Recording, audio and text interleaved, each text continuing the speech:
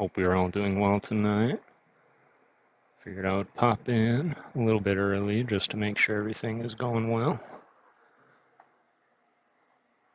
And I don't know why, but for some reason, the person underneath me, I think, either fell asleep or left the house with their TV on or something, because the volume is so loud it's coming through the floor.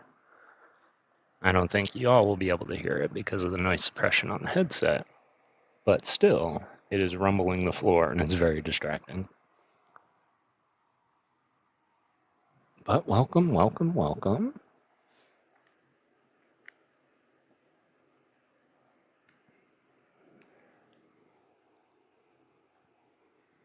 Welcome in, welcome in. How is everybody doing today? Hey, Matt Gooch. It is tickling the underregions. Something like that. It must be in his living room because it's right below me.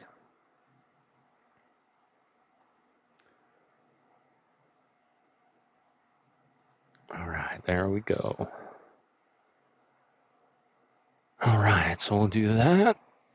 And then we will get comfy here. I'll start solving some cubes, sipping some coffee. How are you doing tonight, Mr. Gooch? Doing all right?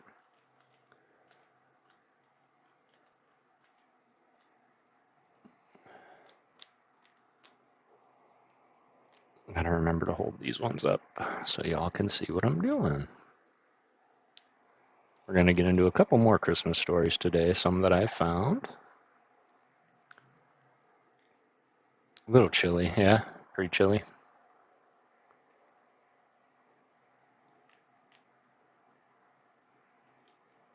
I hope you stay warm, Matt. It's finally starting to cool off here, but even still, it was probably close to 75 today, and in the sun, it was like legitimately hot. So, welcome in, everybody coming in. Appreciate y'all being here.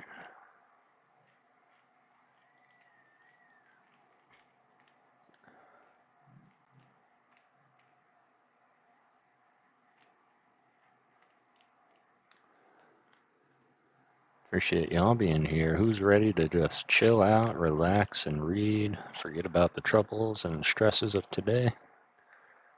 If this is your first time here, what we do is we start with solving a cube or two. That pretty much gives everybody some time to notice the streams live, and I'm going to share it out here in the live announcements in a second. With my fancy new computer, I can do cool things like that. Right.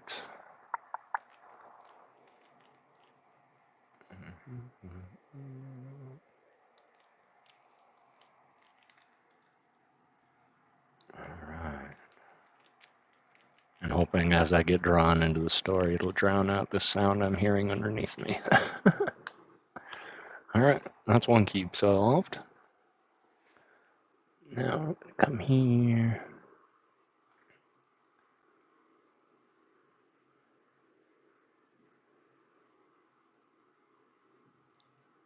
Where else? Where is everyone? Where is everyone? Maybe there's a lot of people live right now. I know, like Spencer's live. Someone else popped up live too that I wasn't expecting to be popping up. And then red and blue was on. Red or blue. Good old Rob.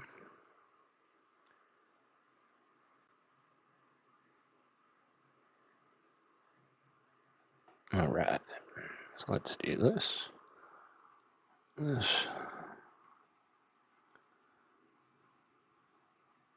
Right here. But I appreciate you being here as always, and I know a few others are going to be trickling in soon. But I'm going to try to do something today that I haven't done before. And that is, I can actually share my own stuff out. Yeah. Digging it, digging it. All right, there we go. 4 watchers, 4 likes. The math be mathin'. Raphilosophy. Hope you are doing well. It's good to see you, brother. How was your Monday? I'm going to solve the green mirror cube as well today. Down here.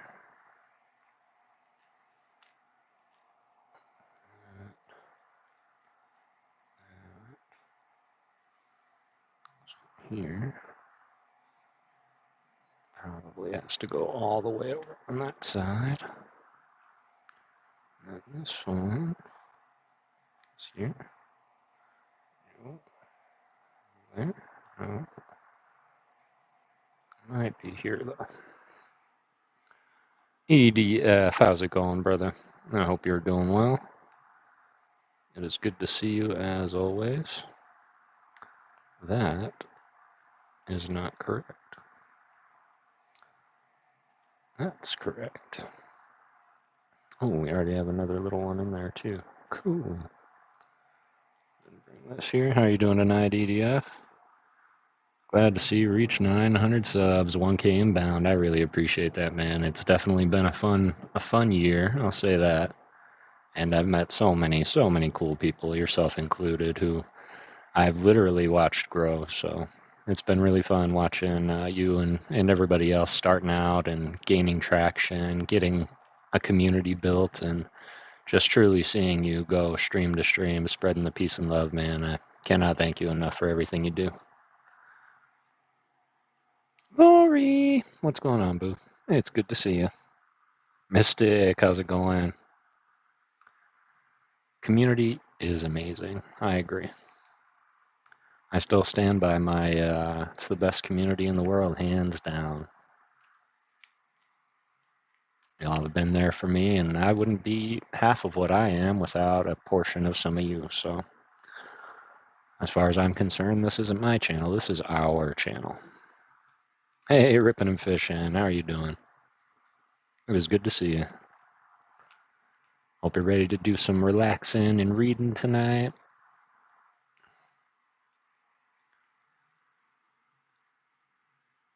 Stream just blipped. I saw that.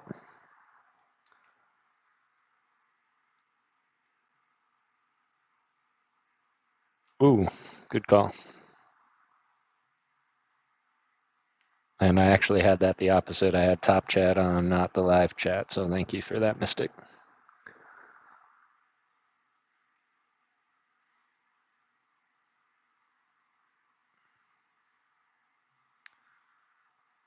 Sips up, Mystic, making sure I didn't miss anybody. Uncle Brangus, how's it going, man? It's good to see you. You know, it's funny because I was just thinking about that today, and I'm thinking that it's going to be. In fact, I wanted to get opinions on that. Maybe I can ask y'all because I am planning on doing 12 little things for the 12 days of Christmas with a little jingle that I'm making. Yes, you will hear me sing a little bit, so just get ready for that. But I was thinking, do we think that the 12th day should be on Christmas and we can do the 12 days leading up to Christmas? Because the event itself, I am going to do Christmas streams, but for the event and the prizes and whatnot, we're going to probably be doing shorts. And then within those shorts, it's going to be promoting like someone else. And we're going to see if we can spread some of that goodwill towards men throughout the community this holiday season and award prizes based on comments and whatnot. But I am mulling around a few things, but it's definitely probably going to start next week.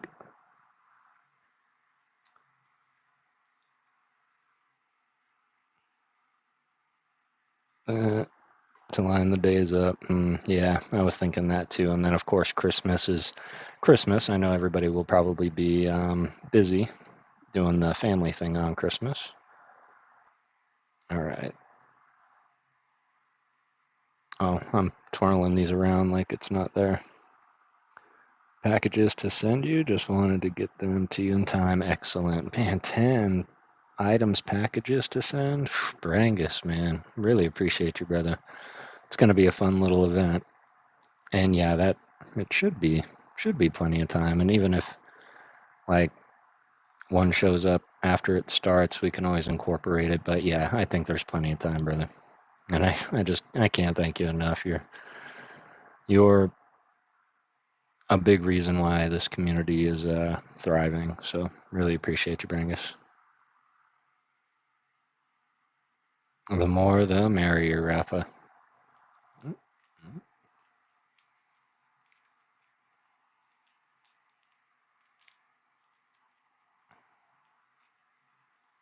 What's that? Wow.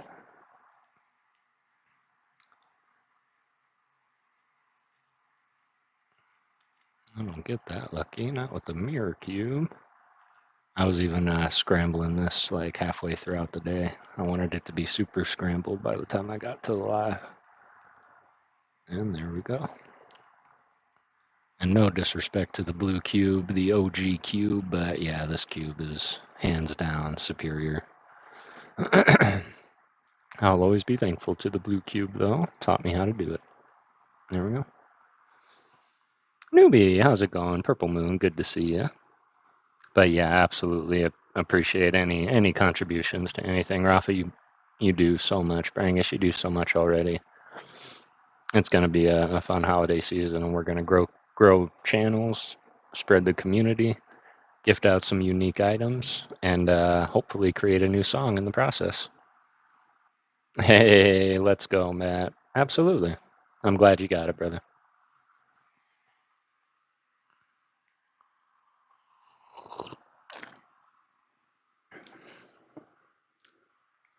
It's good to see you, newbie. Hope you're doing well.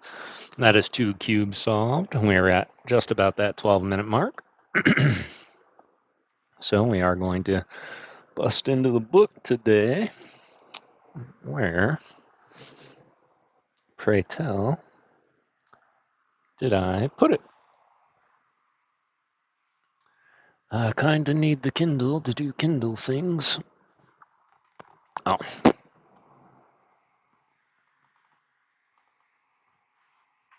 Ugh. All right, let's go.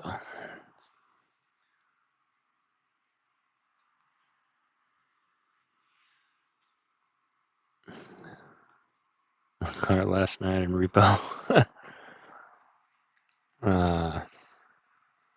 Let's see, what did I get? Because we do still have that big. Oh, it's probably got to connect to the internet because Dracula was definitely not the last book I was reading. Minecraft Creeperhead, that would be a cool Rubik's Cube. Wonder if Mojang and Rubik's will ever do a collaborative piece like that. What would be cool is if it had a timer on the inside and it hissed as it got closer to the minutes and then emulated the explosion when time was up.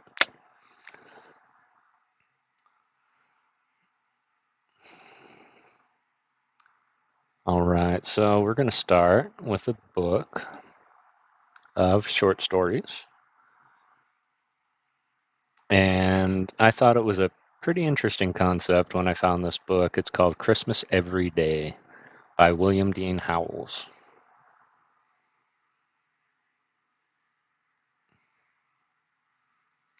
There is also 4 other stories. One is called Turkeys Turning the Tables. Next, The Pony Engine and the Pacific Express. Then The Pumpkin Glory.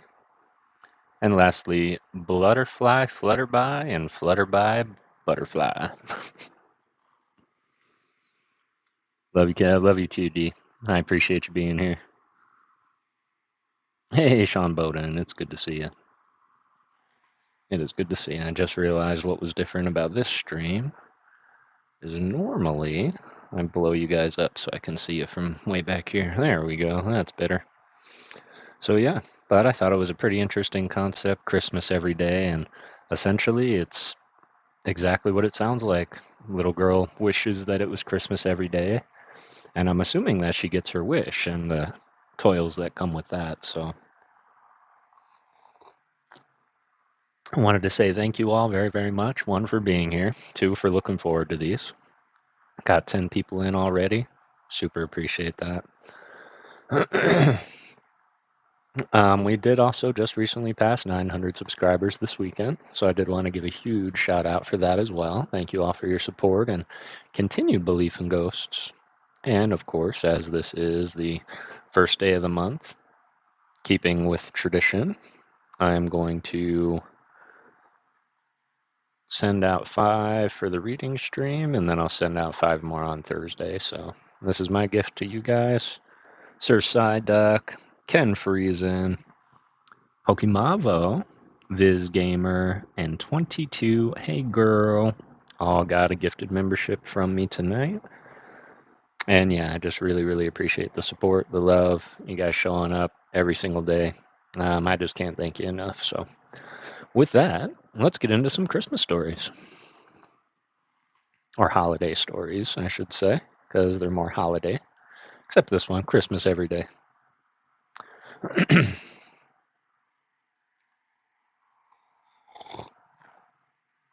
Oh no. No, it takes many a community, Heavy D. So together we are legendary. You're legendary. Christmas every day.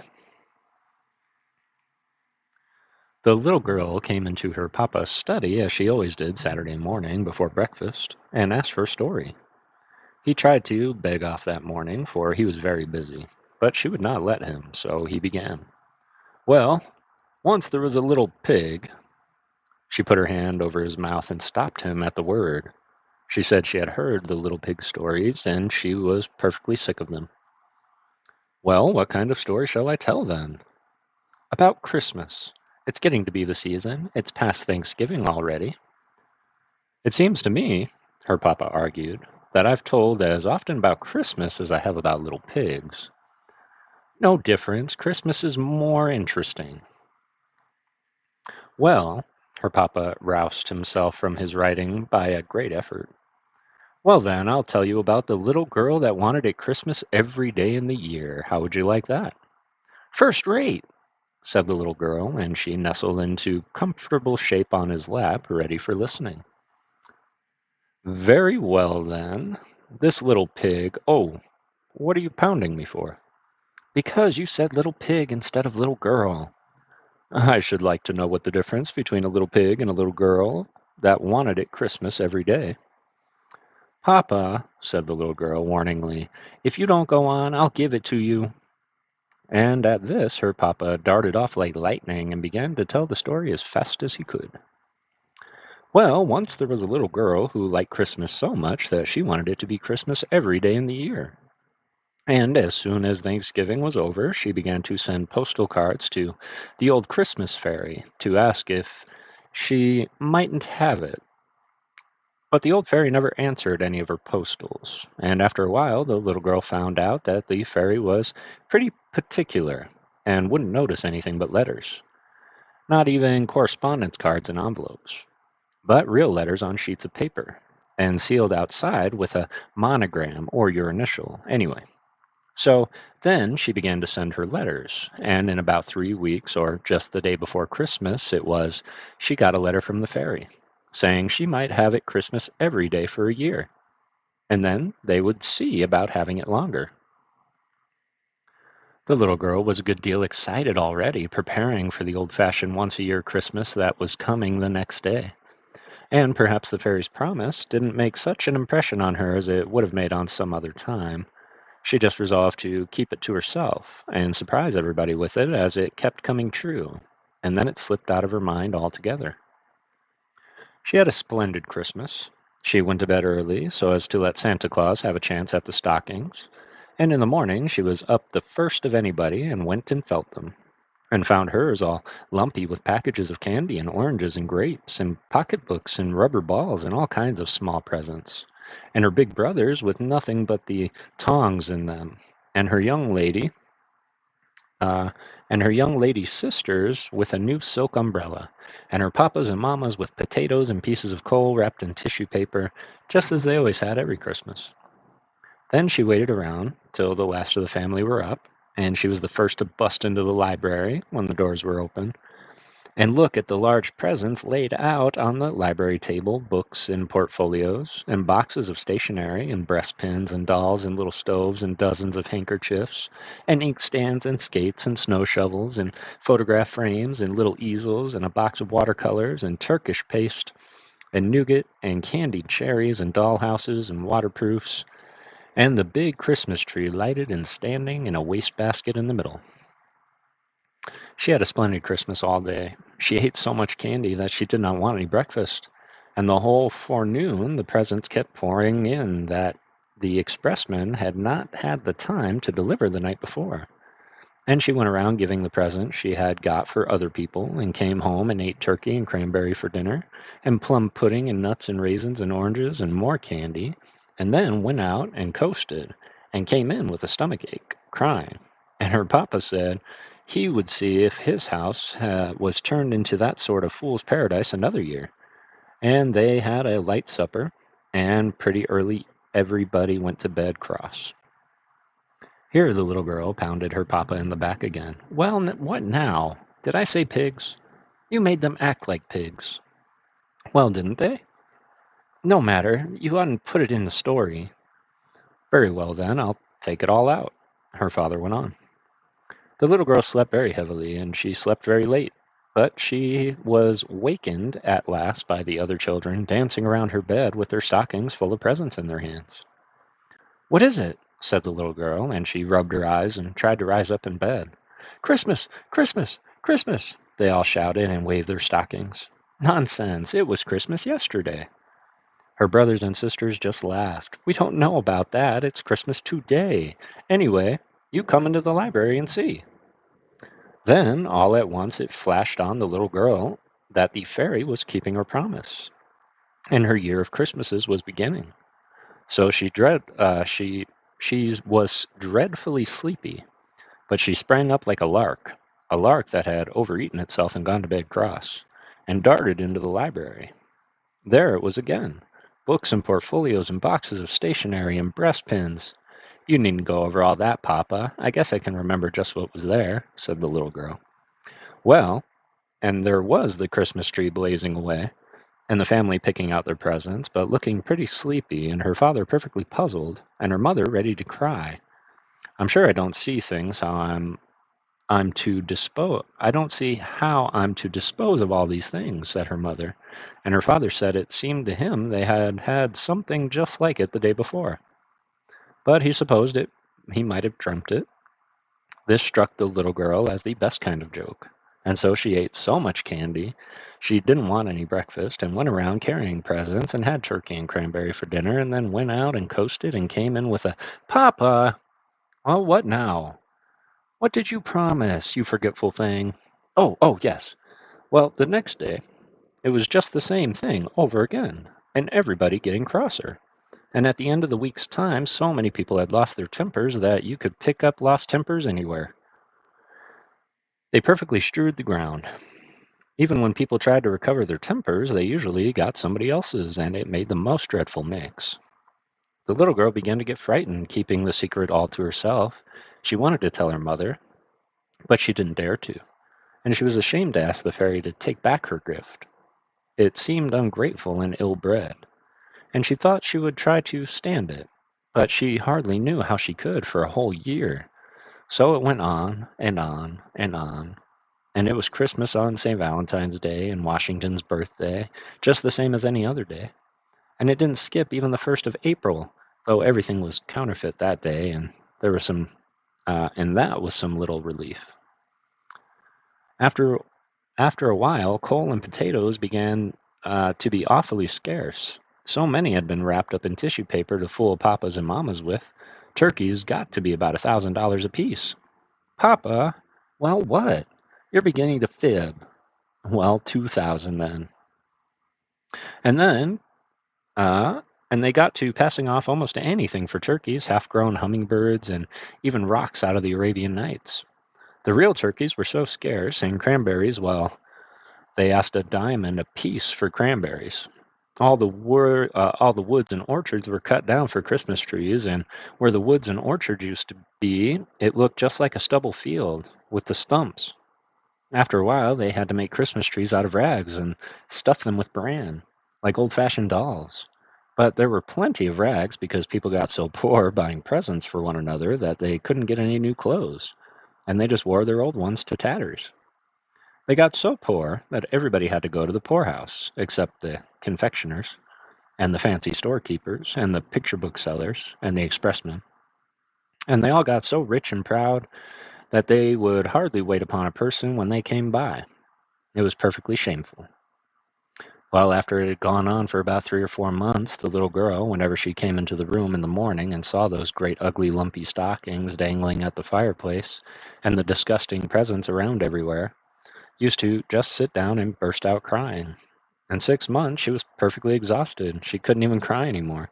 She just lay on the lounge and rolled her eyes and panted. About the beginning of October, she took to sitting down on dolls wherever she found them, French dolls, or any kind. She hated the sight of them so.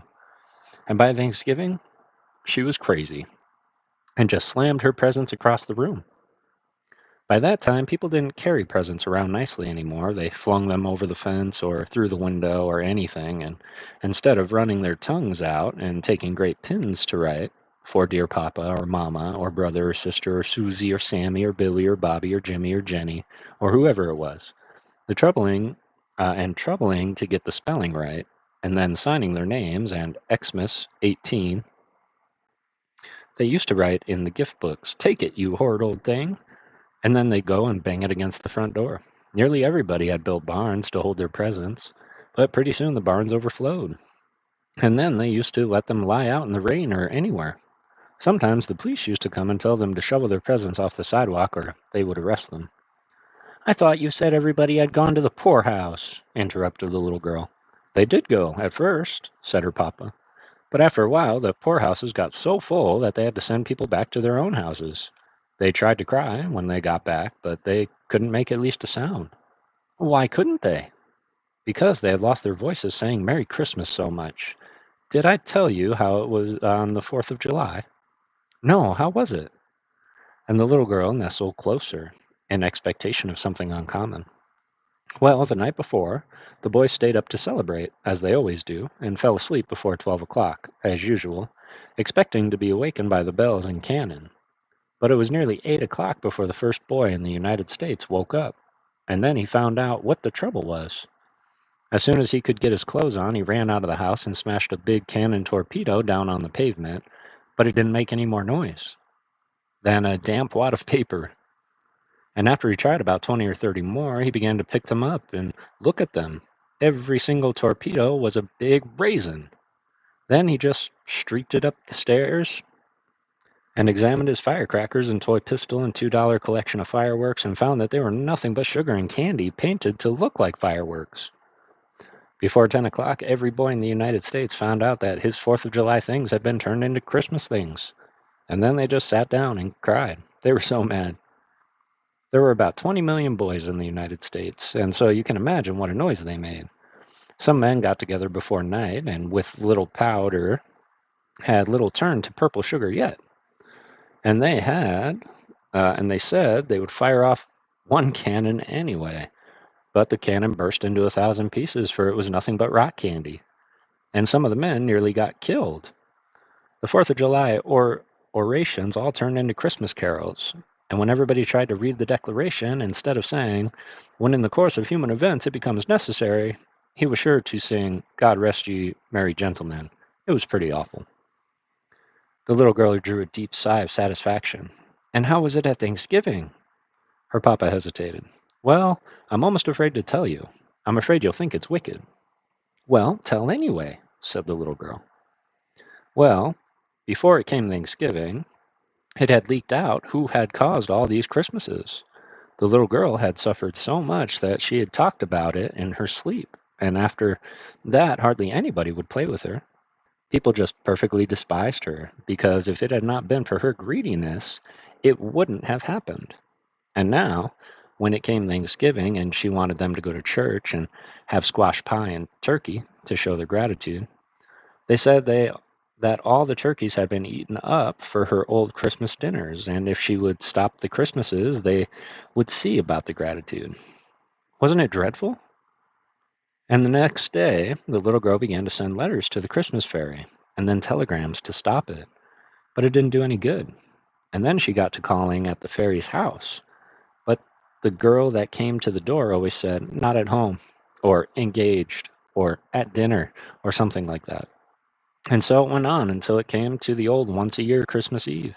The little girl fell asleep, and when she woke up in the morning, she found it was all nothing but a dream, suggested the little girl. No, indeed, said her papa. It was all every bit true. Well, what did she find out then? Why, that it wasn't Christmas at last. It wasn't ever going to be Christmas any more. Now it's time for breakfast. The little girl held her papa fast around the neck. You shan't go if you're going to leave it so. Now, how do you want it left? Christmas once a year. All right, said her papa, and he went on again. Well, there was a greatest rejoicing all over the country, and it extended clear up into Canada. The people met together everywhere and kissed and cried for joy. The city carts went around and gathered up all the candy and raisins and nuts and dumped them into the river and made the fish perfectly sick. And the whole United States, as far out as Alaska, was one blaze of bonfires, where the children were burning up their gift books and presents of all kinds. They had the greatest time. The little girl went to thank the old fairy because she had stopped its being Christmas, and she said she had hoped she would keep her promise and see that Christmas never, never came again. Then the fairy frowned and asked her if she was sure she knew what she meant. And the little girl asked, why not? And the old fairy said that now she was behaving just as greedily as ever, and she'd better look out. This made the little girl think it all over carefully again, and she said she would be willing to have it Christmas about once in 1,000 years. And then she said 100, and then she said 10, and at last she got down to 1. And the fairy said that was a good old way that had pleased people ever since Christmas began, and she was agreed. Then the little girl said, what are your shoes made of? And the fairy said, leather. And the little girl said, bargains done forever, and skipped off and hippity hopped the whole way home. She was so glad. How will that do? Asked Papa. First rate, said the little girl, but she hated to have the story stop. It was a rather sober. However, her mamma put her head in the door and asked her papa, are you never coming to breakfast? What have you been telling that child? Oh, just a moral tale. The little girl caught him around the neck again. We know. Don't you tell what, Papa? Don't you tell what?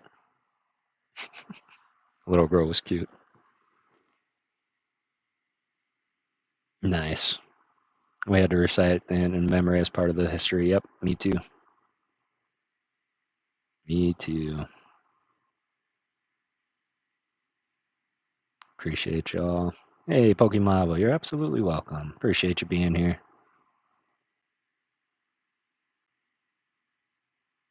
And the Gettysburg Address as well. Yep, that sounds familiar.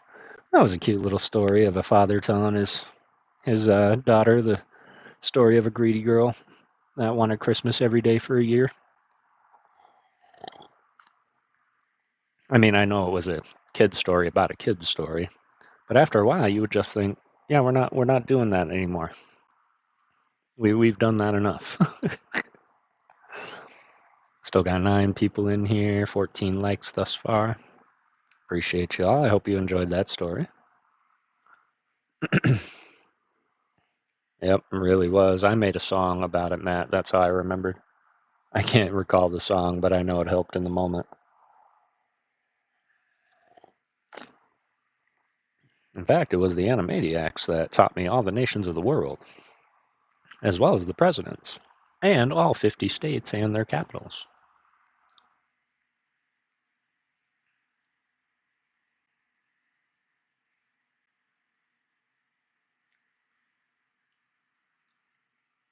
All right, let's get into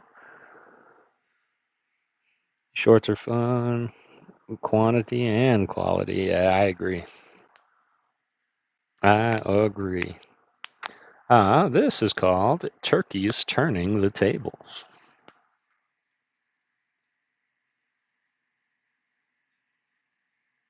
It seems that these are all going to be stories of the little girl and her papa.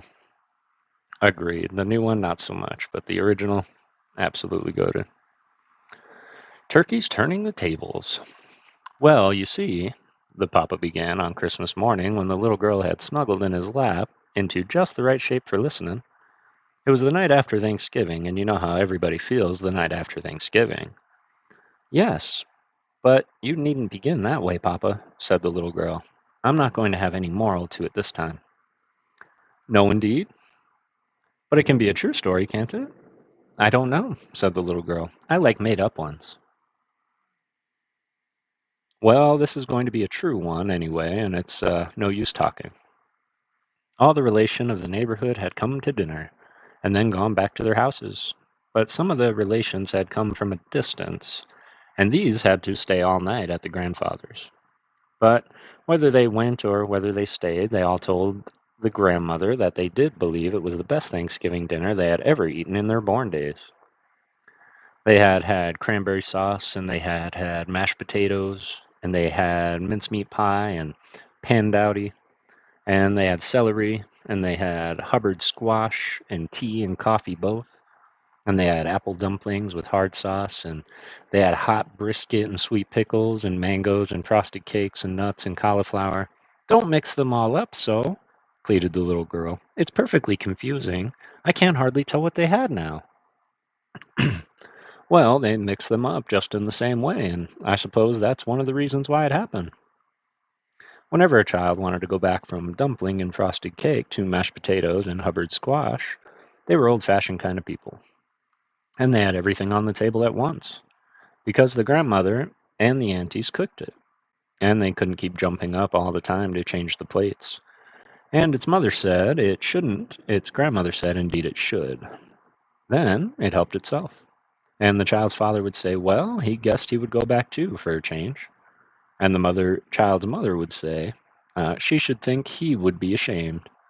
And then they would get to going back till everything was perfectly higgledy-piggledy. Oh, shouldn't you like to have been there, Papa? Sighed the little girl. You mustn't interrupt. Where was I? Higgledy-piggledy. Oh, yes. Well, but the greatest thing of all was the turkey they had had. It was a gobbler, I tell you. It was nearly as big as a giraffe. Papa! It took the premium at the county fair, and when it was dressed, it weighed 15 pounds, well, maybe 20. And it was so heavy that the grandmothers and aunties couldn't put it on the table. They had to get one of the papas to do it. You ought to have heard the hurrahing when the children saw him coming in from the kitchen with it. It seemed as if they couldn't hardly talk or anything but that turkey the whole dinner time. The grandfather hated to carve, and so one of the papas did it. And whenever he gave anybody a piece, the grandfather would tell some new story about the turkey. Pretty soon the aunties got to saying, now, father, stop. And one of them said it made them seem as if the gobbler was walking about on the table to hear so much about him. And it took her appetite all away. And that made the papas begin to ask the grandfather more and more about the turkey. Yes, said the little girl thoughtfully. I know what papas are. Yes, they're pretty much all alike. And the mamas began to say they acted like a lot of silly boys. And what would the children think? But nothing could stop it. And all through the afternoon and evening, whenever the papas saw any of the aunties or mamas round, they would begin to ask the grandfather more particulars about the turkey. The grandfather was pretty forgetful, and he told the same things right over.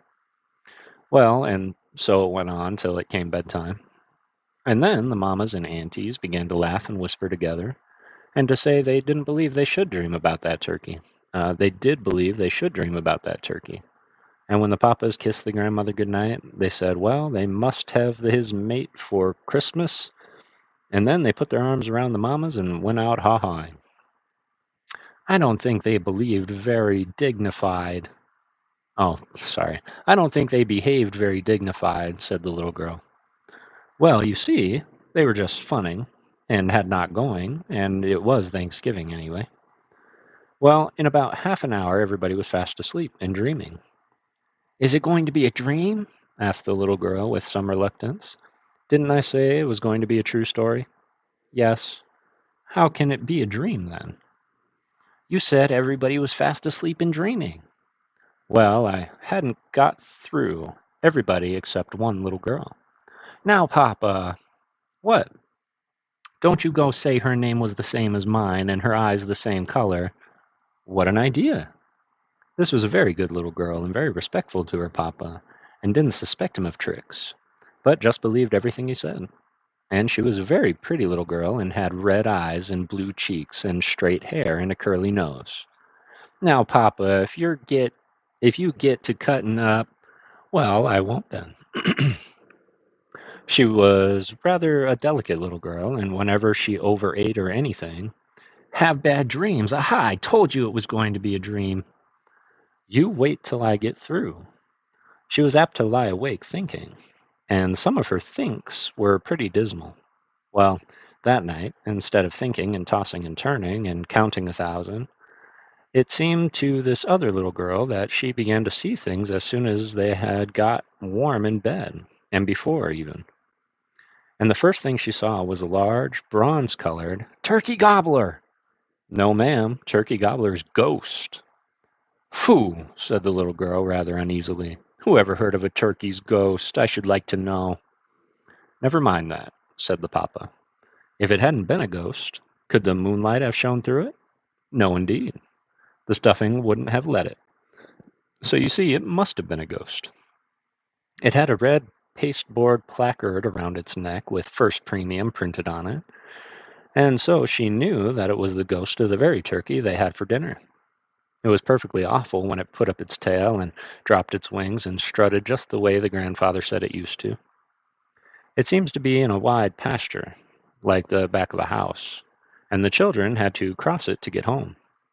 And they were all afraid of the turkey that kept gobbling at them and threatening them, because they had eaten him up. At last one of the boys, it was the other little girl's brother, said he would run across and get his papa to come out and help them. And the first thing she knew, the turkey was after him. Gaining, gaining, gaining, and all the grass was full of hen turkeys and turkey chicks running after him, and gaining, gaining, gaining. And just as he was getting to the wall, he tripped and fell over a turkey pen, and all at once she was in one of the auntie's rooms, and the auntie was in bed, and the turkeys were walking up and down over her and stretching out their wings and blaming her.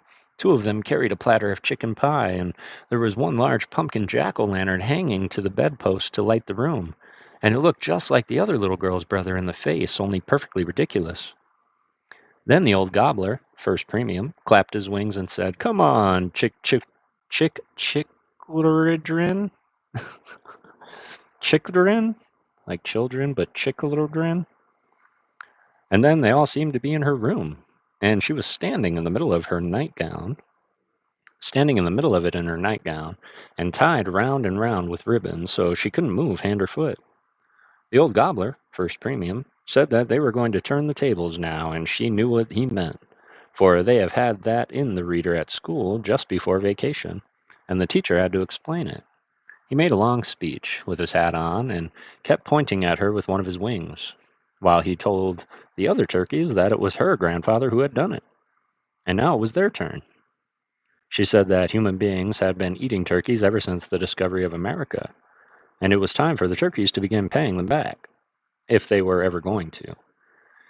He said she was pretty young, but she was as big as he was, and he had no doubt that they would enjoy her. The other little girl tried to tell them that she was not to blame, and that she only took very little pieces. But it was right off the breast, said the gobbler, and he shed tears, so that the other little girl cried too. She didn't have much hopes. They all seemed so spiteful, especially the little turkey chicks. But she told them that she was very tender-hearted and never hurt a single thing. And she tried to make them understand that there was a great difference between eating people and just eating turkeys. What difference, I should like to know, says the old hen turkey pretty snappishly. People have got souls and turkeys haven't, said the other little girl. I don't see how that makes it any better, said the old hen turkey. "That don't make it any better for the turkeys. If we hadn't got souls, we can't live after we've been eaten up, but you can." The other little girl was awfully frightened to have a hen turkey take that tack. "I should think she would have been I would think she would have been," said the little girl, and she cuddled snugger to her papa's arms. What could she say? Ugh, go on. Well, she didn't know what to say. That's a fact, you see. She never thought of it in that light before. All she could say was, well, people have got reasons. Anyways, and turkeys have only got instinct, so there. "You'd better look out," says the old hen turkey, and all the little turkey chicks got so mad that they just hopped. And the oldest little he turkey that was in the beginning, that was just beginning to be a gobbler, he dropped his wings and spread his tail just like his father and walked around the other little girl till it was perfectly frightful. I should think they would have been ashamed. Well, perhaps old First Premium was a little, because he stopped them. "My dear," he says to the old hen turkey and chick children, "you forget yourselves. You should have a little consideration. Perhaps you wouldn't behave much better yourselves if you were just going to be eaten." And they all began to scream and cry, "We've been eaten, and we're nothing but turkey ghosts." "There, now, Papa," says the little girl, sitting up straight, so as to argue better. "I knew it wasn't true all along. How could turkeys have ghosts if they don't have souls? I should like to know." "Oh, easily," said the papa. "Tell how," said the little girl. "Now look here," said the papa. "Are you telling the story, or am I?" "You are," said the little girl, and she cuddled down again. "Go on." "Well, then, don't you interrupt. Where was I? Oh, yes. Well, he couldn't do anything with them. Old First Premium couldn't. They acted perfectly ridiculous, and one little brat out of a spiteful little chick peeped out, "I speak for a drumstick, Ma." And then they all began, "I want a wing, Ma, and I'm going to have the the wishbone, sorry. And I shall have just as much stuffing as I ever please, shan't I, Ma?" So the other little girl was perfectly disgusted with them. She thought they oughtn't to say it right before her, anyway. But she had hardly thought this before they all screamed out, "They used to say it before us." And then she didn't know what to say because she knew how people talked before animals. "I don't believe I ever did," said the little girl. "Go on." Well, old First Premium tried to quiet them again, and when he couldn't, he apologized to the other little girl so nicely that she began to like him. He said they didn't mean any harm by it, they were just excited, and the children would be children. "Yes," said the other little girl, "but I think you might take some older person to begin with. It's a perfect shame to begin with a little girl." "Begin." "Begin?" said old First Premium. "Do you think we're just beginning? Why, when do you think it is?" "The night after Thanksgiving." "What year?" "1886." They all gave a perfect screech. "Why, it's Christmas Eve, 1900, and every one of your friends has been eaten up long ago," says old First Premium. And he began to cry over her, and the old hen turkey and the little turkey chicks began to wipe their eyes on the backs of their wings. "I don't think they were very neat," said the little girl. "Well, they were very kind-hearted, anyway, and they felt sorry for the other little girl, and she began to think she had made some little impression on them when she noticed the old hen turkey beginning to untie her bonnet strings, and the turkey chicks began to spread around her in a little circle, with the points of their wings touching, so that she couldn't get out. And they commenced dancing and singing, and after a while the little he turkey says, "Who's it?" And the other little girl, she didn't know why, says, "I'm it." And old First Premium says, "Do you promise?" And the other little girl says, "Yes, I promise." And she knew she was promising, if they would let her go, that people should never eat turkeys any more. And the moon began to shine brighter and brighter through the turkeys, and pretty soon it was the sun. And now it was not the turkeys, but the window curtains. It was one of those old farmhouses where they don't have blinds, and the other little girl, "Woke up!" shouted the little girl. "There now, Papa, what did I tell you? I knew it was a dream all along." "No, she didn't," said the papa, "and it wasn't a dream." "What was it then?" "It was a trance." The little girl turned around and knelt in her papa's lap so as to take him by the shoulders and give him a good shaking. That made him promise to be good pretty quick. And very well then, says the little girl, if it wasn't a dream, you've got to prove it. But how can I prove it? Says the papa. By going on with the story, says the little girl, and she cuddled down again. Oh, well, that's easy enough. As soon as it was light in the room, the other little girl could see that the place was full of people, crammed and jammed, and they were all awfully excited and kept yelling, "Down with the traitress! Away with the renegade! Shame on the little sneak!" till it was worse than the turkeys 10 times. She knew that they meant her, and she tried to explain that she just had to promise, and that if they had been in her place, they would have promised too. And of course, they could do as they pleased about keeping her word. But she was going to keep it anyway, and never, never, never eat another piece of turkey, either at Thanksgiving or at Christmas. Very well, then, says the old lady, who looked like her grandmother, and then began to have a crown on it and to turn into Queen Victoria. What can we have? Well, says the other little girl, you can have oyster soup. What else? And you can have cranberry sauce. What else? And you can have mashed potatoes and Hubbard squash and celery and turnip and cauliflower. What else? And you can have mince pie and pandowdy and plum pudding. And not a thing on that list, says the queen. That doesn't go with turkey. Now you see. The papa stopped. Go on, said the little girl. There isn't any more. The little girl turned around, got up on her knees, took him by the shoulders, and shook him fearfully. Now then, she said, while the papa let his head wag after the shaking, like a Chinese mandarin's, and it was a good thing he did not let his tongue stick out, whatever that means. Now will you go on? What did the people eat in place of turkey? I don't know. You don't know, you awful papa? Well then, what did the little girl eat? She? The papa freed himself and made his preparation to escape. Why, she ate goose. Goose is tenderer than turkey anyway, and more digestible. And there isn't so much of it. And you can't overtreat yourself and have bad dreams, cried the little girl. Trances, said the papa. And she began to chase him all around the room. That was cute. I'll send you a list, Rafa.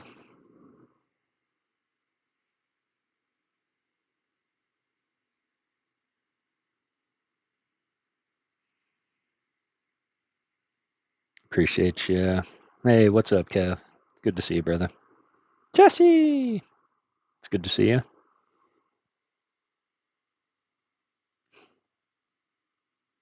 Being on times, I help others, so sometimes I miss your chaos stream. Oh, Kev. Kev, cam raid? Cam raid? When did that happen? I appreciate it. If there was a raid that came through and I missed. Hey, Mama. It's good to see you, Mama Ghost.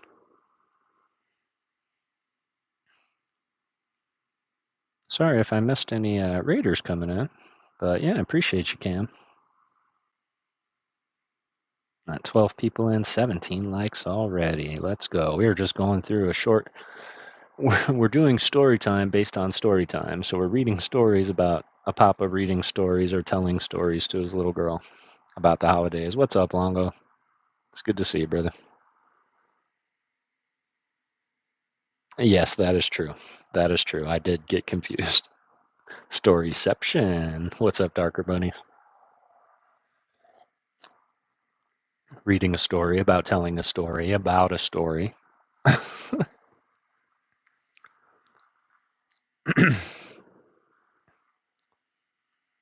Yo, what's going on? It's good to see you, Kev. 18 likes. Let's go.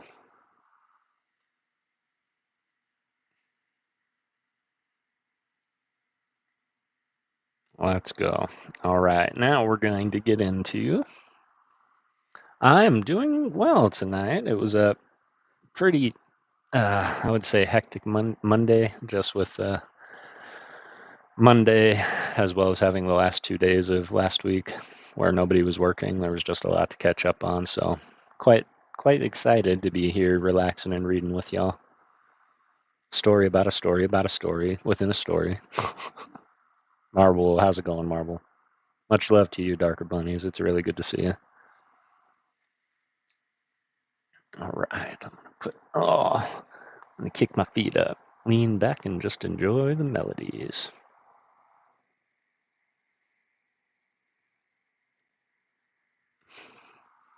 After all, music soothes even the savage beast. Anybody tells me what record that's from, you'll get 1,000 imaginary music points from yours truly.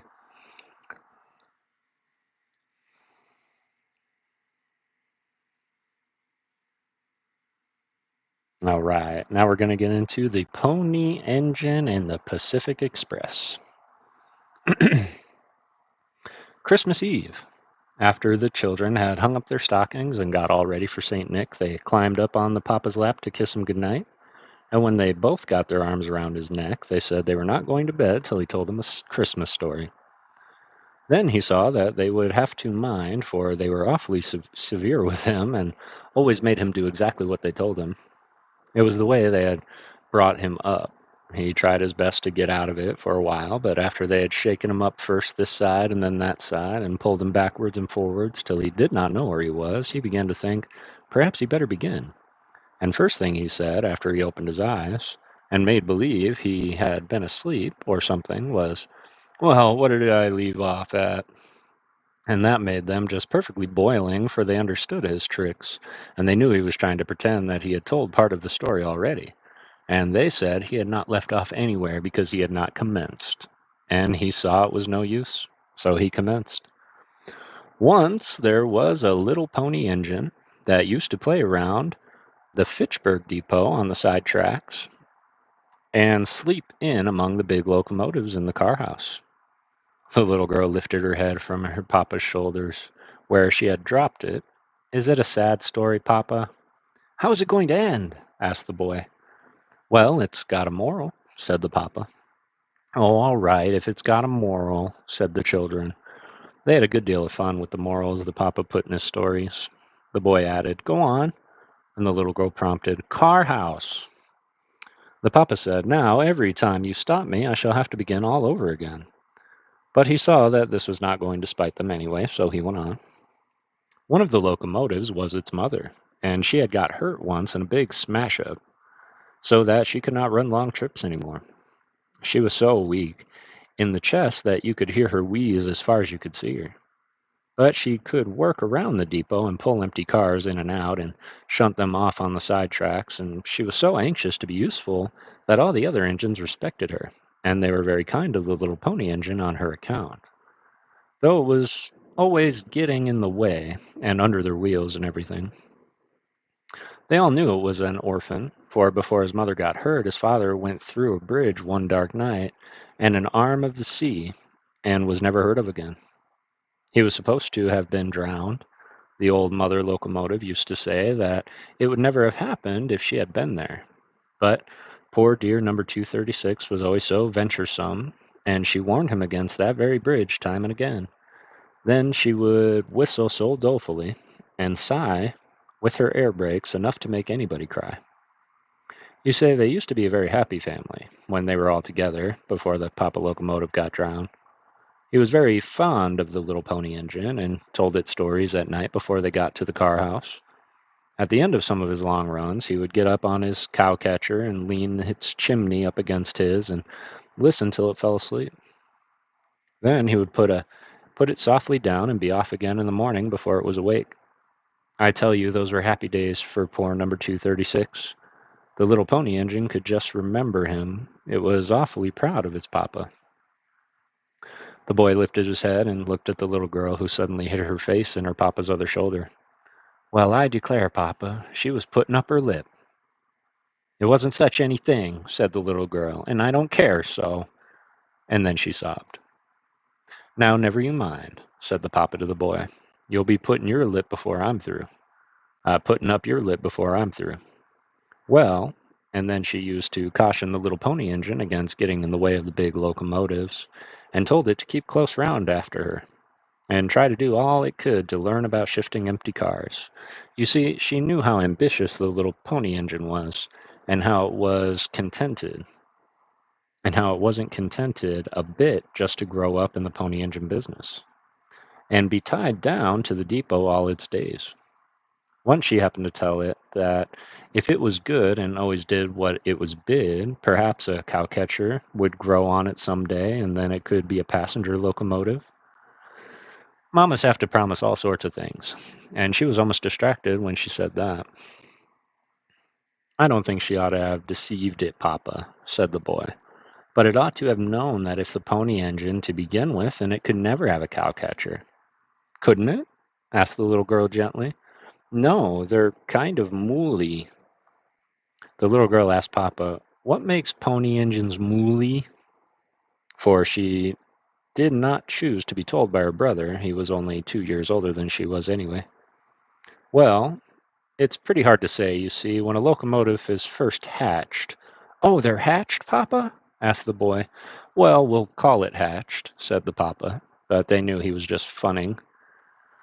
They're about the size of tea kettles at first, and it's a chance whether they'll have cowcatchers or not.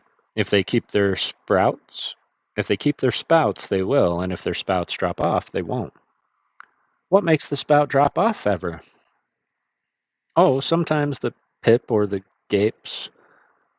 The children both began to shake the papa, and he was glad enough to go on sensibly. Well, anyway, the mother locomotive certainly oughtn't to have deceived it.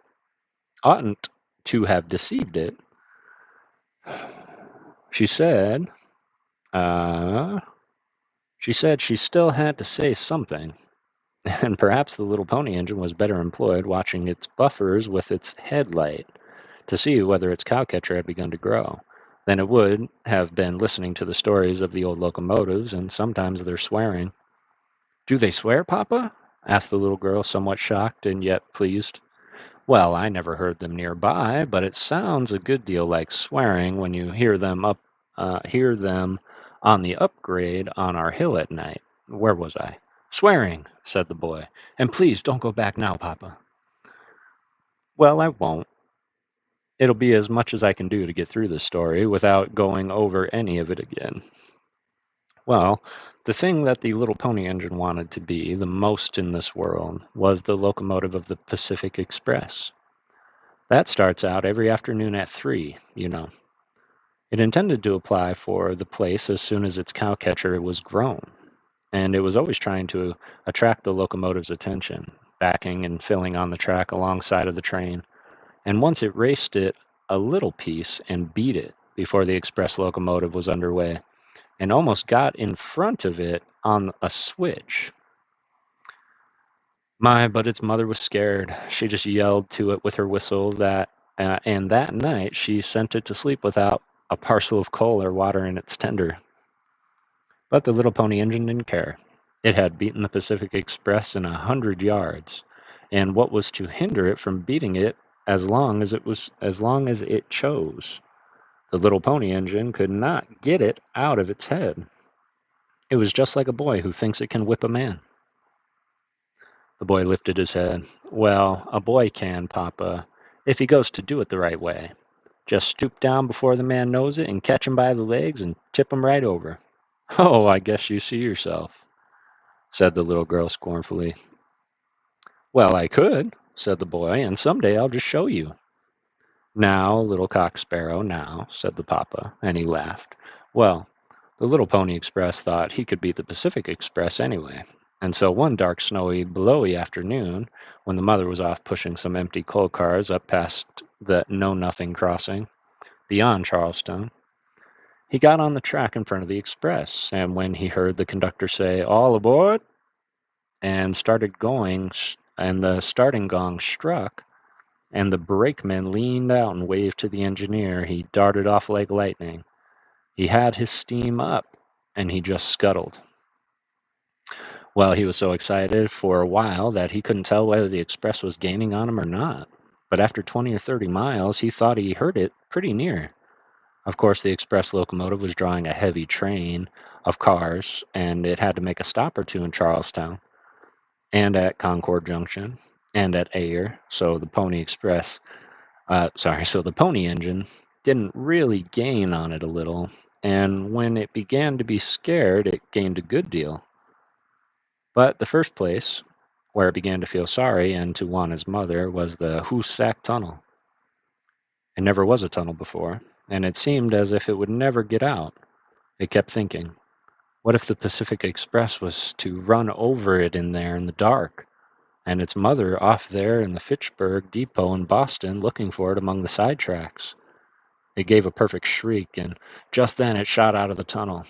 There were a lot of locomotives loafing around there in North Adams, and one of them shouted out to it as it flew by, "What's your hurry, little one?"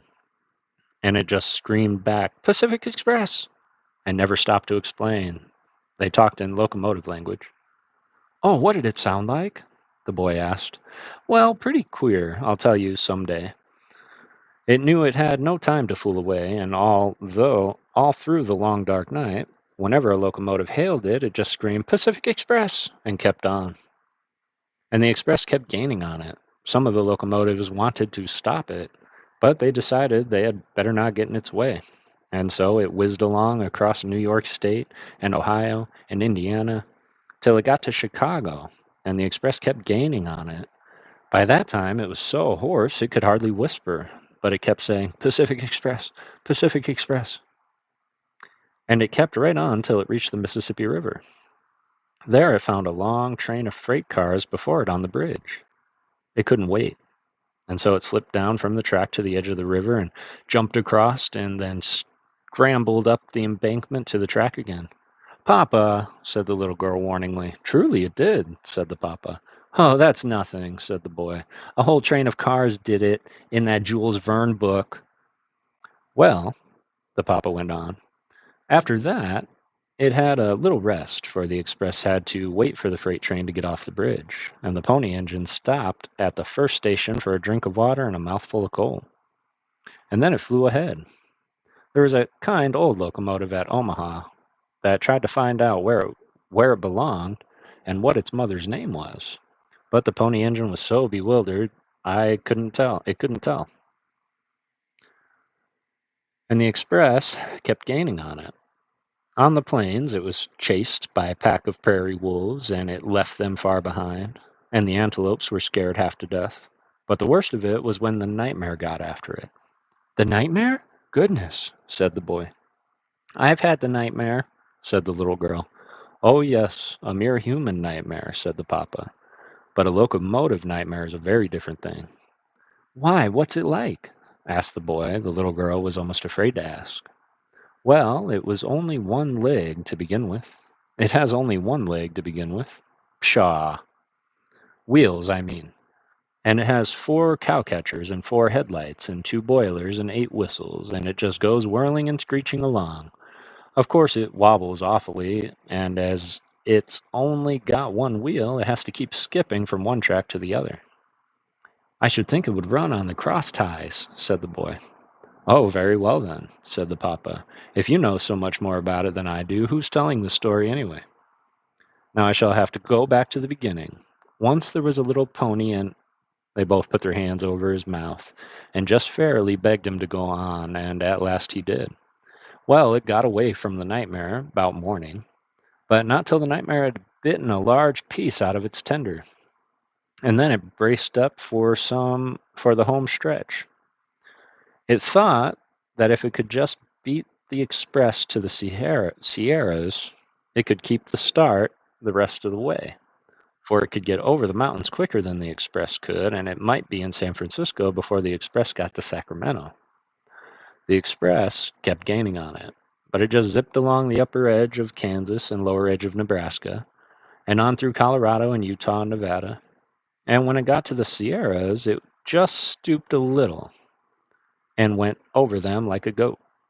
It did, truly, just doubled up its 4 wheels under it and jumped. And the express kept gaining on it.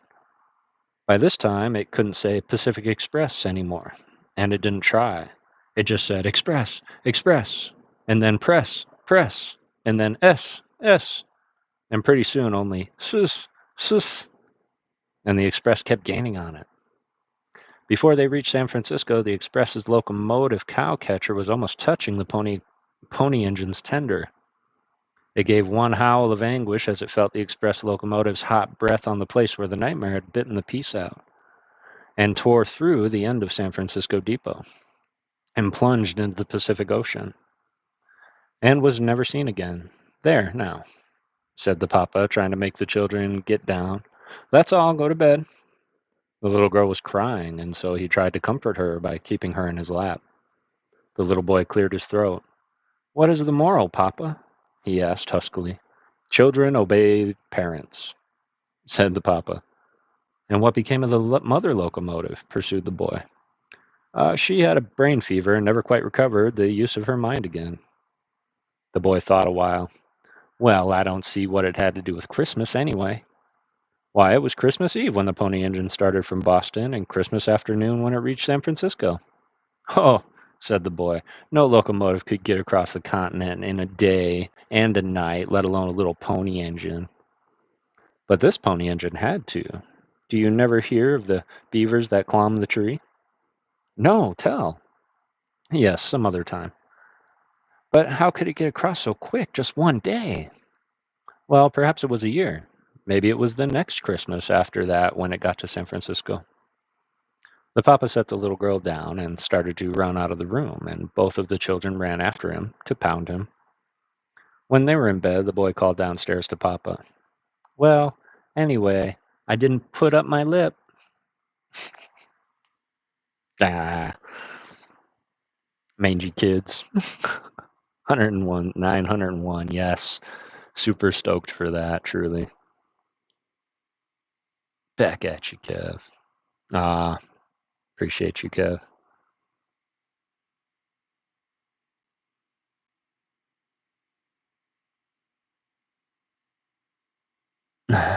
Rafus. I like that. I'll explain that later. But I love you, Mama. It's really good to see you here.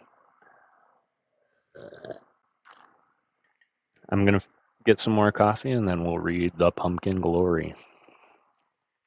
Tell you, this Papa is a real good storyteller, but his punctuation is awful.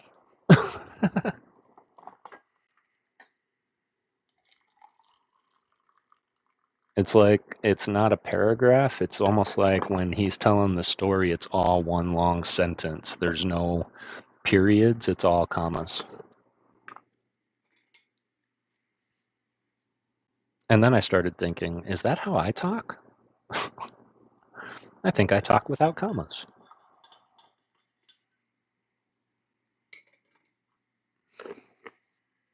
All right.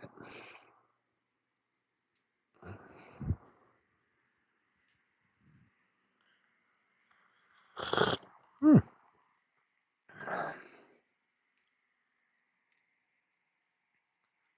Based on the order of these stories, too, it looks like we should have read them backwards. Started with the pumpkin, then the train, then the turkey, then Christmas. I appreciate you, Mama. Run-on sentences, exactly. It's like, man, haven't you ever heard of the enter button? 21 likes. Let's go. Appreciate you guys. 14 people here ready to read The Pumpkin Glory.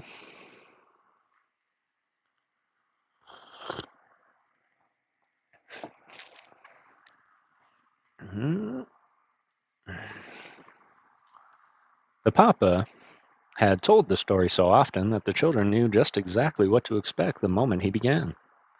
They all knew it as well as he knew it himself, and they could keep him from making mistakes or forgetting.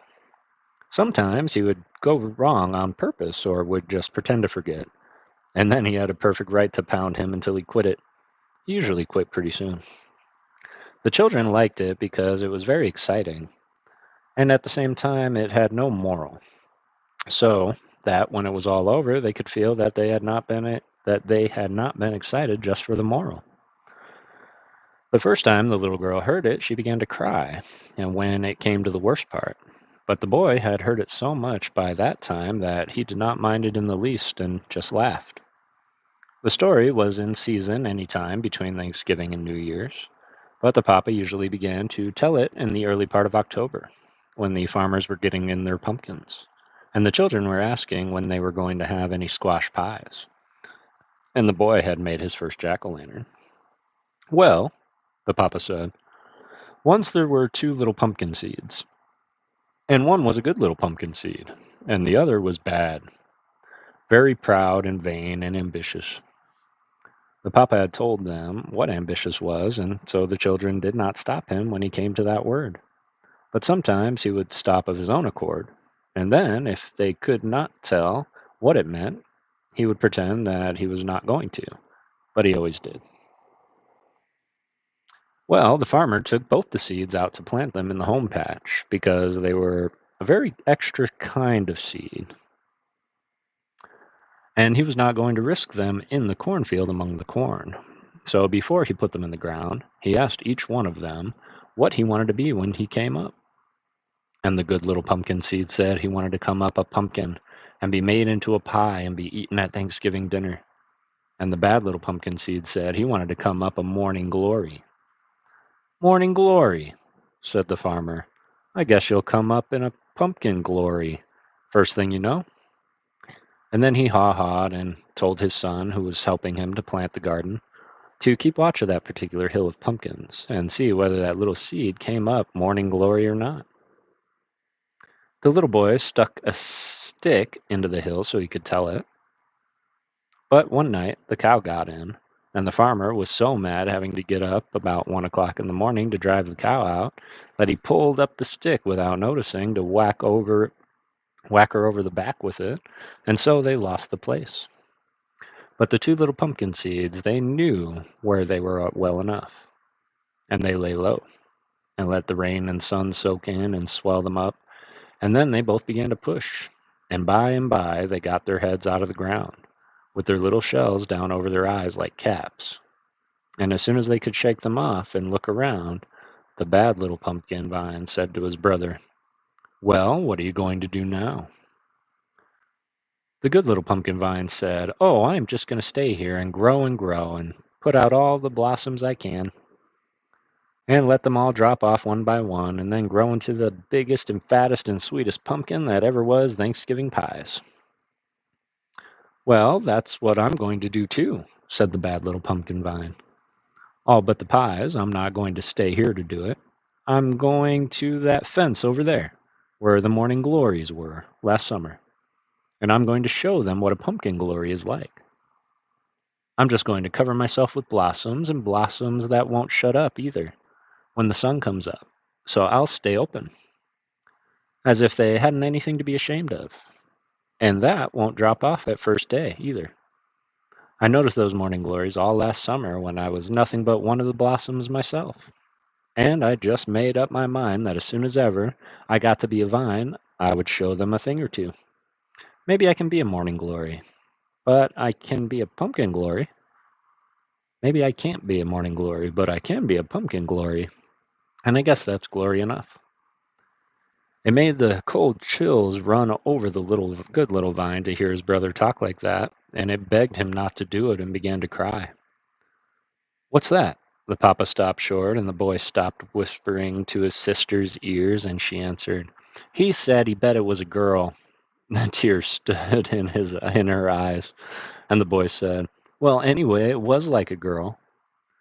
Very well, sir, said the papa. And supposing it was, which is better, to stay quietly at home and do your duty and grow up and be eaten in a pie at Thanksgiving, or to go gadding all over the garden and climbing fences and everything. The good little pumpkin vine was perfectly right, and the bad little pumpkin would have been saved a good deal if it had minded his little sister. The farmer was pretty busy that summer, and after the first 2 or 3 hoeings, he had to leave the 2 pumpkin vines to the boy that had helped him to plant the seed. And the boy had to go fishing so much, and the boy had to go fishing so much, and then in swimming, that he perfectly neglected them, and let them run wild, if they wanted to. And if the good little pumpkin vine had not been the best little pumpkin vine that ever was, it would have run wild. But it just stayed where it was, and thickened up and covered itself with blossoms till it was like one mass of gold. It was very fond of all its blossoms, and it couldn't bear hardly to think of losing any of them. But it knew they couldn't every one grow up to be a very large pumpkin, and so it let them gradually drop off till it only had one left. And then it just gave all its attention to that one, and did everything it could to make it grow into the kind of pumpkin it said it would. All this time, the bad little pumpkin vine was carrying out its plan of being a pumpkin glory. In the first place, it found out that if it expected to get through by fall, it couldn't fool much putting out a lot of blossoms and waiting for them to drop off before it began to devote itself to business. The fence was a good piece off, and it had to reach the fence in the first place, for there wouldn't be any fun in being a pumpkin glory down where nobody could see you or anything. So the bad little pumpkin vine began to pull and stretch towards the fence, and sometimes it thought it would surely snap in two. It pulled and stretched so hard, but besides the pulling and stretching, it had to hide and go around, because if it had been seen, it wouldn't have been allowed to go to the fence. It was a good thing there were so many weeds that the boy was too lazy to pull up, and the bad little pumpkin vine could hide among. But then they were a good deal of hindrance, too, because they would get so thick it could hardly get through them. It had to pass some rows of peas, and were perfectly awful. They tied themselves to it and tried to keep it back, and there was one hill of cucumbers that acted ridiculously. They said it was a cucumber vine running away from home, and they would have kept it from going any farther if it hadn't tugged with all its might and main, and got away one night when the cucumbers were sleeping. It was pretty strong anyway. When it got to the fence at last, it thought it was going to die. It was so pulled out, so thin, that it wasn't any thicker than a piece of twine in some places, and its leaves just hung in tatters. It hadn't had time to put out more than one blossom, and that was such a poor little sickly thing that it could hardly hang on. The question was, how can a pumpkin vine climb a fence anyway? Its knees and elbows were all worn to strings getting there, or that's what the pumpkin thought, till it wound one of those tendrils around a splinter of the fence without thinking, and happened to pull. And then it was perfectly surprised to find that it seemed to lift itself off the ground a little. It said to itself, "Let's try a few more." And it twisted some more of its tendrils around some more of the splinters, and this time it fairly lifted itself off the ground. It said, "Ah, I see," as if it had somehow expected to do something of the kind all along.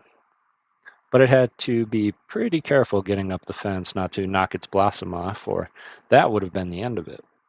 And when it did get up among the morning glories, it almost killed the poor thing, keeping it open night and day and showing it off to the hottest sun and not giving it a bit of shade, but just holding it out where it could be seen the whole time. It wasn't very much of a blossom compared to the blossoms on the good little pumpkin vine, but it was bigger than any of the morning glories, and that was some satisfaction.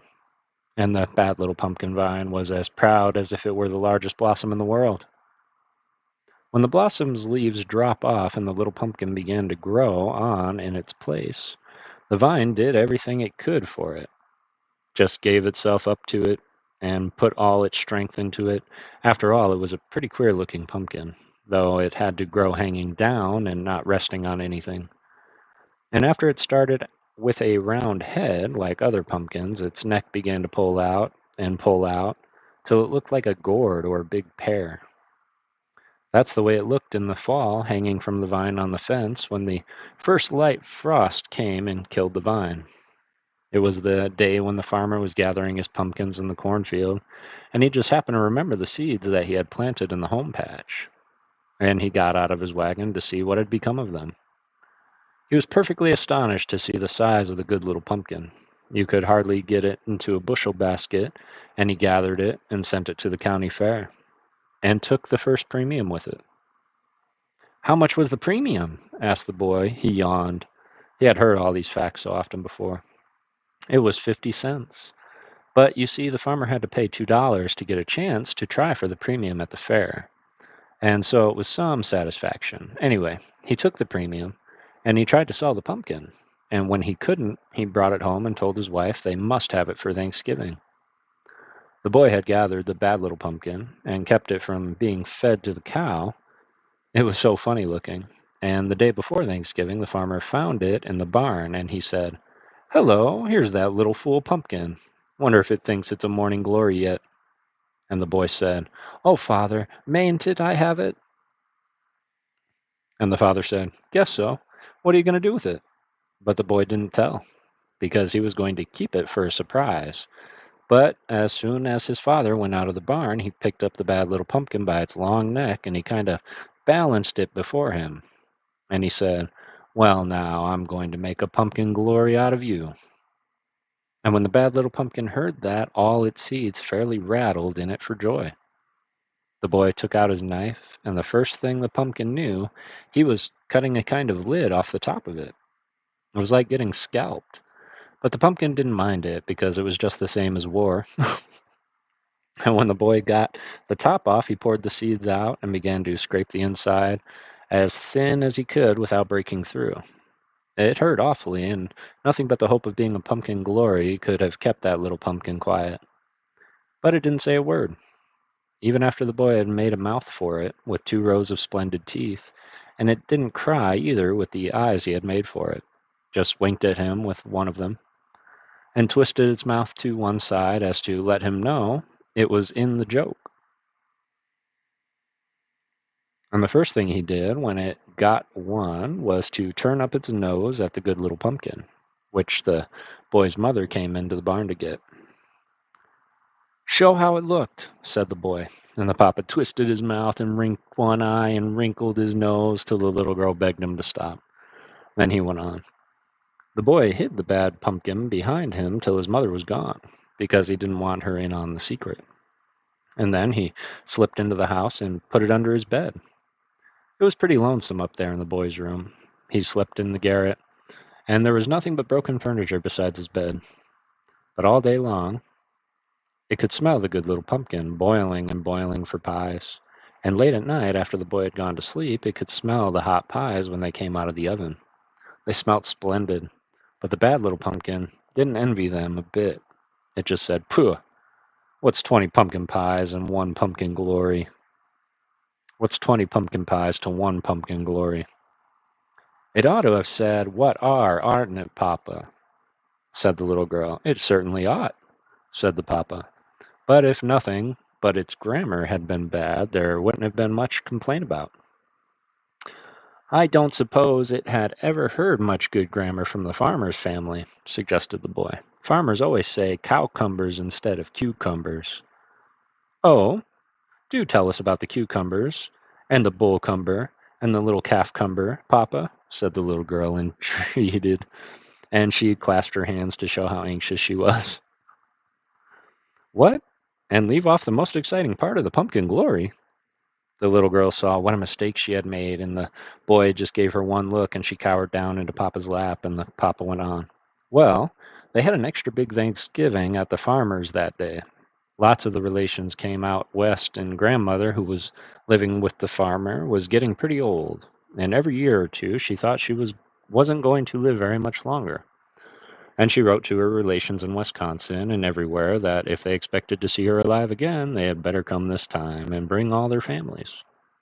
She kept doing it till she was about 90, and then she just concluded to live along and not mind how old she was. But this was just before her 89th birthday, and she had drummed up so many sons and son-in-laws and daughters-in-laws and grandsons and great-grandsons and granddaughters and great-granddaughters that the house was perfectly packed with them. They had to sleep on the floor, a good many of them, and you could hardly step for them. The boys slept in the barn, and they laughed and cut up so the whole night that the roosters thought it was morning and kept crowing till they made their throats sore, and had to wear wet compresses around them every night for a week afterwards. Then the papa said anything like this the children had a right to pound him, but they were so anxious not to have him stop. That this time they did not do it. They said, "Go on, go on." And the little girl said, "And then the tables." Tables? Well, I should think so. They got all the tables there were in the house, upstairs and down, for dinner Thanksgiving Day. And they took the grandmother's workstand and put it at the head. And she sat down there. Only she was so used to knitting by that table that she kept looking for her knitting needles all through dinner and couldn't seem to remember what it was she was missing.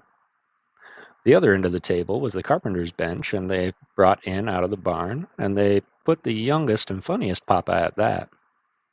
The table stretched from the kitchen to the dining room, and clear through that out into the hall, and crossed to the parlor.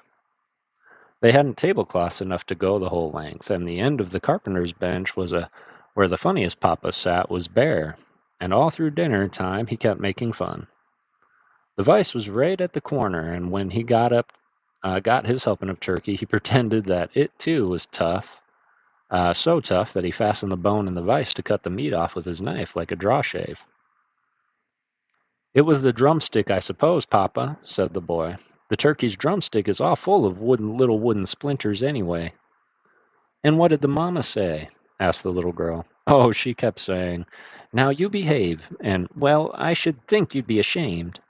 But the funniest papa didn't mind her a bit, and everybody laughed till they could hardly stand it.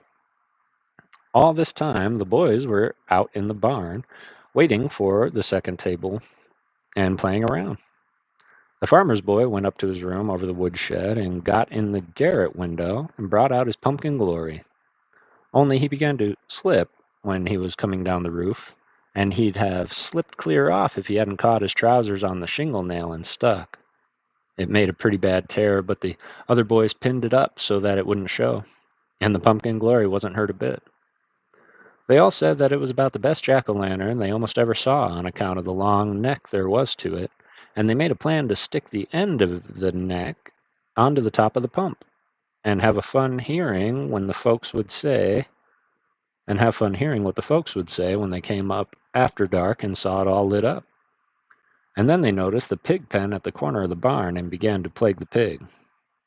And so many of them got up to the pen that they broke off the middle board, and they didn't like to nail it on again because it was Thanksgiving Day and you mustn't hammer or anything.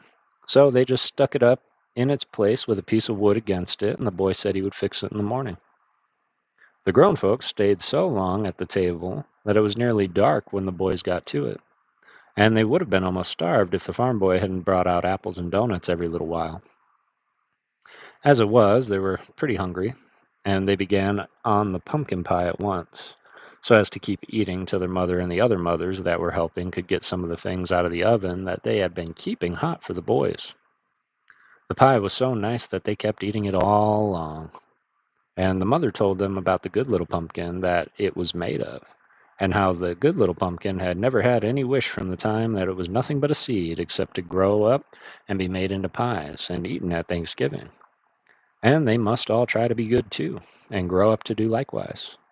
The boys didn't say anything because their mouths were so full, but they looked at each other and winked their left eyes. There were about 40 or 50 of them, and when they all winked their left eye, it made it so dark you could hardly see. And the mother got the lamp out, but the other mother saw what the boys were doing, and they just shook them till they opened their eyes and stopped their mischief. "Show how they looked," said the boy. "I can't show how 50 boys looked," said Papa, "but they looked a good deal like the pumpkin glory that was waiting quietly in the barn for them to get through and come out and have some fun with it." When they had all eaten so much that they could hardly stand up, they got down from the table and grabbed their hats and started for the door. But they had to go out the back way because the table took up the front entry.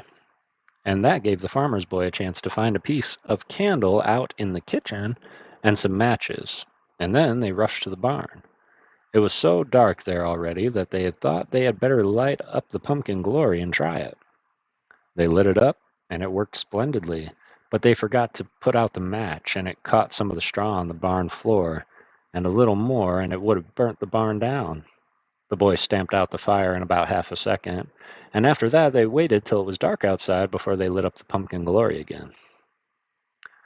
When they all bent over it to keep the wind from blowing the match anywhere, and pretty soon it was lit up, and the farmer's boy took the pumpkin glory by its long neck and stuck the point in the hole on the top of the pump. And just then the funniest papa came around the corner of the woodhouse and said, "What do you got there, boys? Jack-o'-lantern? Well, well, that's a good one." He came up and looked at the pumpkin glory, and he bent back and he bent forward and he doubled down and he straightened up and he laughed till the boys thought he was going to kill himself. They had all intended to bust into a yell and dance around the pumpkin glory, but the funniest papa said, "Now all you fellows keep still half a minute."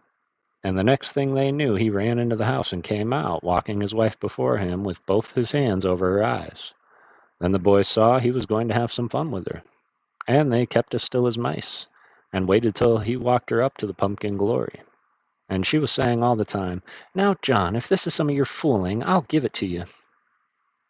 When he got her close up, he took his hands away, and she gave a kind of whoop, and then she began to laugh. The pumpkin glory was so funny, and to chase the funniest papa all around the yard to box his ears. And as soon as she had boxed them, she said, "Now let's go in and send the rest out." And in about a quarter of a second, all the other papas came out holding their hands over their mother's eyes till they got them up to the pumpkin glory. And then there was such a yelling and laughing and chasing and ear boxing that you never heard anything like it. And all at once, the funniest papa hallooed out, "Where's Grandma? Grandma's got to see it. Grandma will enjoy it. It's just Grandma's kind of joke." And then the mothers all got around him and said he shouldn't fool the grandmother anyway. And he said he wasn't going to. He was just going to bring her out and let her see it. And his wife went along with him to watch that he didn't begin to act up.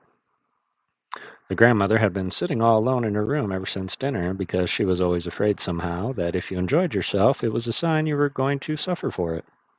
And she had enjoyed herself a good deal that day, and she was feeling awfully about it. When the funniest papa and his wife came in, she said, "What is it? What is it? Is the world a-burning up? Well, you got to wrap up warm then, or you'll catch your death cold running around stopping with the rest of the pores open." The funniest papa's wife said she went up and kissed her and said, "No, grandmother, the world's all right."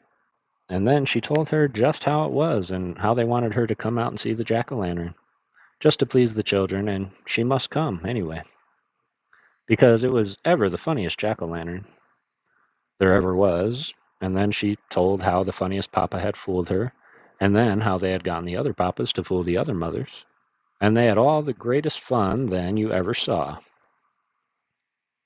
All the time she kept putting on her things for her, and the grandmother seemed to get quiet in the notion. And she laughed a little, and they thought she was going to enjoy it as much as anybody. They really did, because they were all very tender of her, and they wouldn't have scared her for anything. And everybody kept cheering her up and telling her how much they knew she would like it, till they got her to the pump. The little pumpkin glory was feeling awfully proud of its self-satisfied,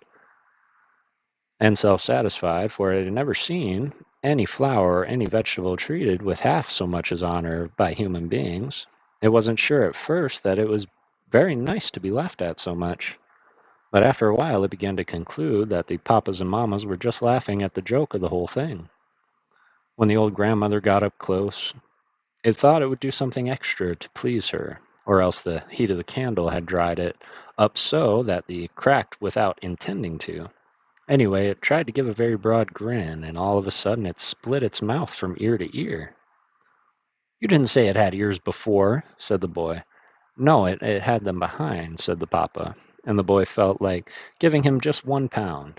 But he thought it might stop the story, so he let the papa go on. As soon as the grandmother saw it open its mouth that way and just gave one scream, "My sakes, it's coming to life!" And she threw up her arms and she threw up her feet, and if the funniest papa hadn't been there to catch her, and if she hadn't been 40 or 50 other sons and daughters and grandsons and daughters and great-grandsons and great-granddaughters, very likely she may have fallen. As it was, they piled around her and kept her up, but there were so many of them they jostled the pump, and the first thing the pumpkin glory knew, it fell down and bust open, and the pig that the boys had plagued, and that had kept squealing all the time because it thought that the people had come out to feed it, knocked the loose board off its pin, and flew out and gobbled the pumpkin glory up, candle and all. And that was the end of the proud little pumpkin glory. And when the pig ate the candle, it looked like a magician when it puts burning tow in his mouth, said the boy. Exactly, said the papa. The children were both silent for a moment. Then the boy said, This story never had any moral, I believe, papa. Not a bit, said the papa, unless, he added, the moral was that you had better not be ambitious unless you want to come to the sad end of this proud little pumpkin glory. Why? But the good little pumpkin was eaten up too, said the boy. That's true, the papa acknowledged. Well, said the little girl, there's a great deal of difference between being eaten by persons and being eaten by pigs. All the difference in the world, said the papa, and he laughed and ran out of the library before the boy could get at him. I like that one. That was cute. Oh, Raph, early Christmas gift. Thank you for all you're doing, being there to keep us company. I hope this helps get some shipping, maybe some pizza. Man, much love, Rafa. I super appreciate you. Love it on holiday from work, so never see Kevin. Glorious. 4 a.m. for, oh, man. Appreciate you being here, Rich Boy. Good morning or good night. One of the two. It's good to see you, Professor.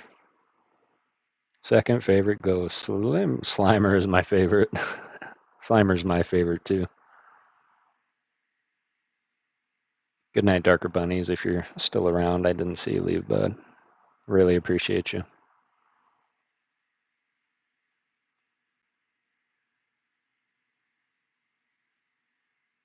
Yes, you are very much appreciated, Professor. I think we have one more story in this book, and then, if you'll believe it, we had read the whole book. So, just some short little stories, and that should take us right up until about the 2-hour mark, which honestly feels about right today.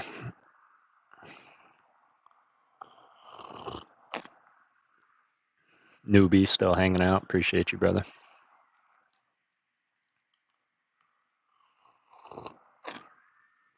Got 22 likes. Let's go. 22 likes on the reading stream. Ernie.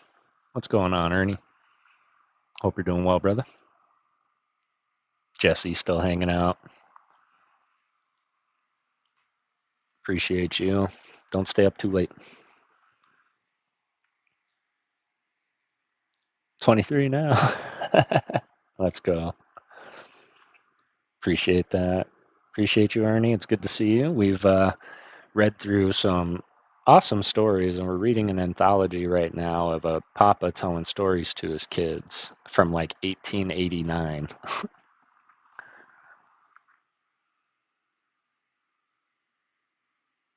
First time anywhere. Good to see you, newbie. So it says about 25 minutes left if it knows my reading style. I'm going to try and get this fog off my eyes. I feel like halfway through that, I started getting that little film.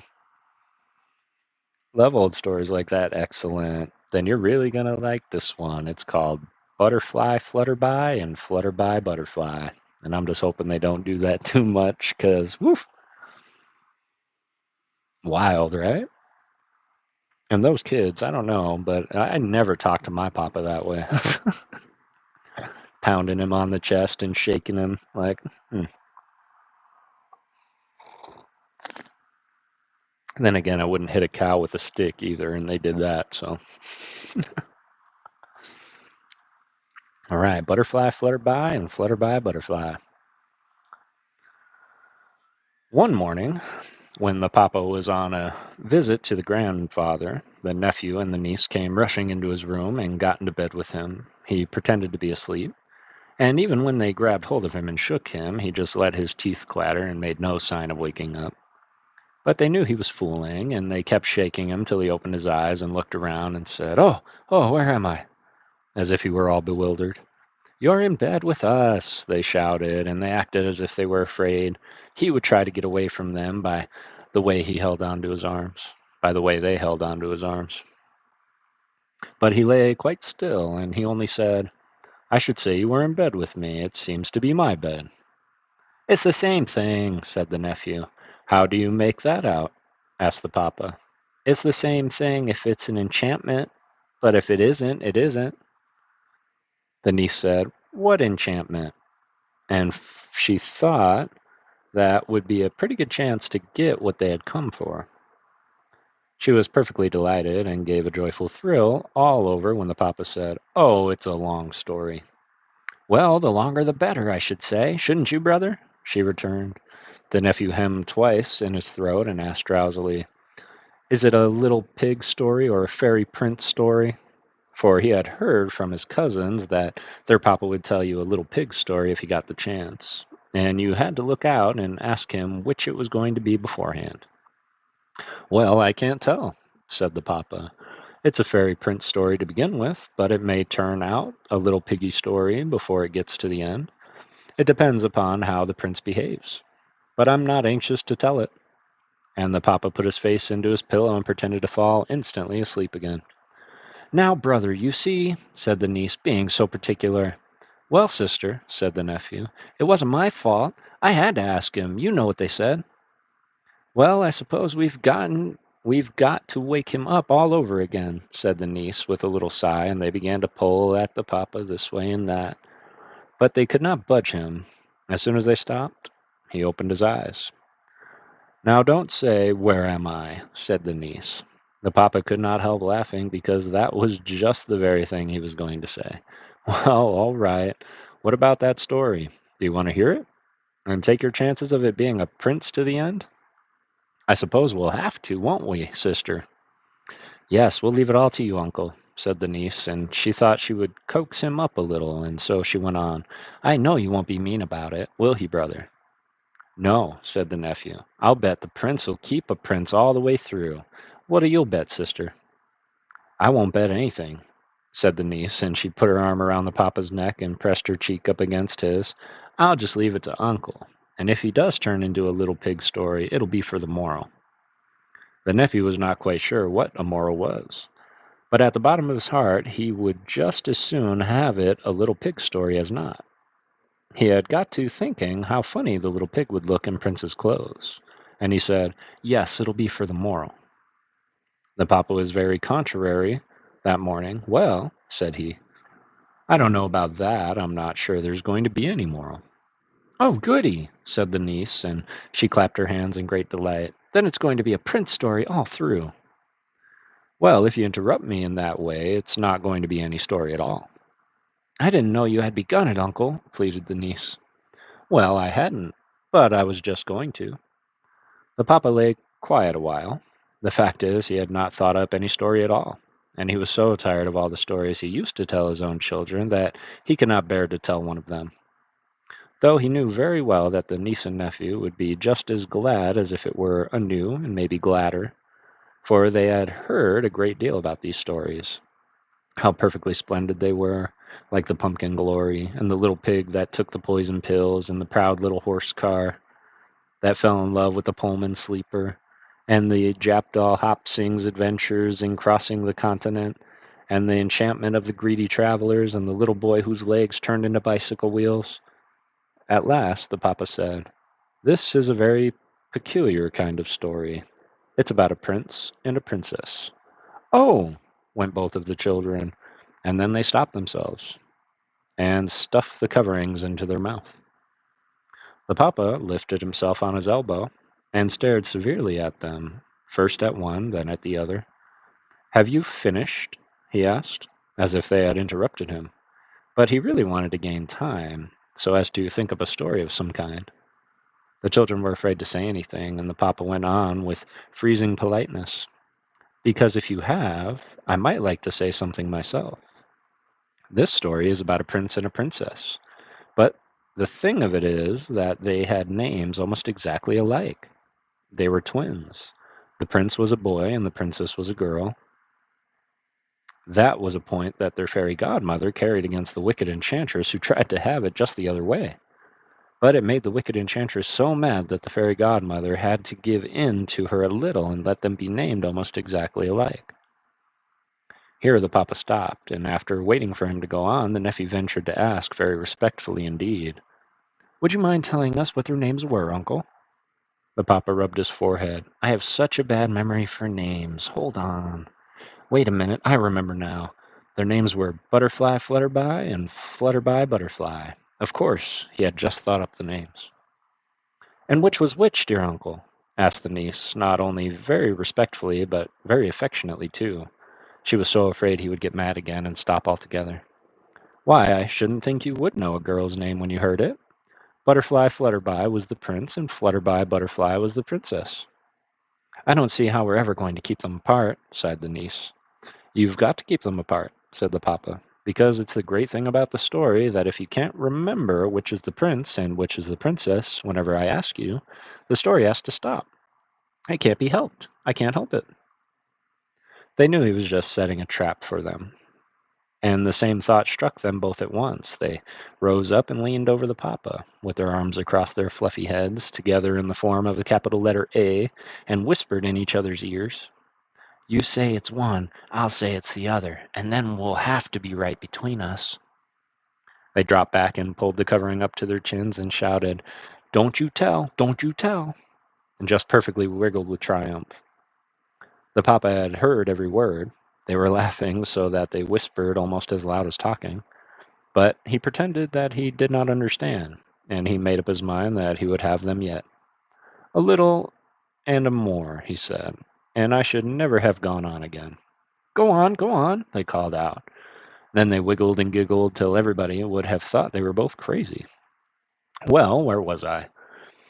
There was another of the papa's tricks to gain time. Whenever he could not think of anything more, he would always ask, Well, where was I? He now added, Oh, yes, I remember. Well, once there was a prince and princess, and their names were Butterfly Flutterby and Flutterby Butterfly, and they were both twins and both orphans. But they made their home with their fairy godmother as long as they were little, and they used to help her about the house for part board, and she helped them about their kingdom, and kept them in good order for them, kept it in good order for them, and left them plenty of time to play and enjoy themselves. She was the greatest person for order there ever was, and if she found a speck of dust or dirt on the kingdom anywhere, she would have out the whole army to make them wash it up, and then sandpaper the place and polish it with a coarse towel till it perfectly glistened. The father of the prince and princess had taken the precaution, before he died, to subdue all of his enemies, and the consequences with that the longest kind of peace had set in, and the army had nothing to do but keep the kingdom clean. That was the reason why the fairy godmother had made the general-in-chief take their guns away and arm them with long feather dusters. They marched with their poles on their shoulders and carried their dusters on their belts like bayonets. And whenever they came to a place the fairy godmother said needed dusting, she always went along with them in a diamond chariot. She made the general halloo out, Fix dusters, make ready, aim, dust! And then the place would be cleaned up. But the general-in-chief used to go out behind the church and cry. It mortified him so to have to give such orders, and it reminded him so painfully of the good old times when he would order his men to charge the enemy and cover the field with gore and blood, instead of having it so awfully spick and span as it is now. Still, he did what the fairy godmother told him because he said it was his duty, and he kept his troops supplied with sudsine and dustine to clean up with, and brushes and towels. The fairy godmother, Excuse me, uncle, said the nephew with extreme deference, but I should just like to ask you one question. Will you let me? What is it? Said the papa, in the grimiest kind of manner he could put on. Ah, brother, murmured the niece, for she knew that he was rather sarcastic, and she was afraid that something ironical was coming. Well, I just wanted to ask whether this story was about the fairy godmother or about the prince and princess. Very well now, said the papa. You've asked your question. I didn't promise to answer it, and I'm happy to say it stops the story. I'll guess I'll go to sleep again. I don't like being waked up this way in the middle of the night anyhow. Now, brother, I hope you're satisfied, said the niece. The nephew evaded the point. He said, Well, sister, if the story really isn't going on, I should like to ask uncle another question. How big was the fairy godmother's diamond chariot? It was the usual sized chariot, answered the papa. Whew! It must have been pretty big diamond then. It was very big indeed, said the papa, and he seemed to forget all about being mad. or else he thought up some more of the story to tell, for he went on just as if nothing had happened. The fairy godmother was so severe with the dirt she found because it was a royal prerogative, that is, nobody but the king or the king's family had a right to make a mess, and if other people did it, they were infringing on the royal prerogative. You know, the Papa explained, that in old times and countries, the royal families have been allowed to do things that no other family would have been associated with if they had done them. That is about the only use there is for having a royal family. But the fairy godmother of Prince Butterfly Flutterby, said the niece, and the Princess Flutterby Butterfly, said the nephew. Correct, said the Papa. The children rose up to the capital A and whispered, "He didn't catch us that time," and fell back laughing, and the Papa had to go on.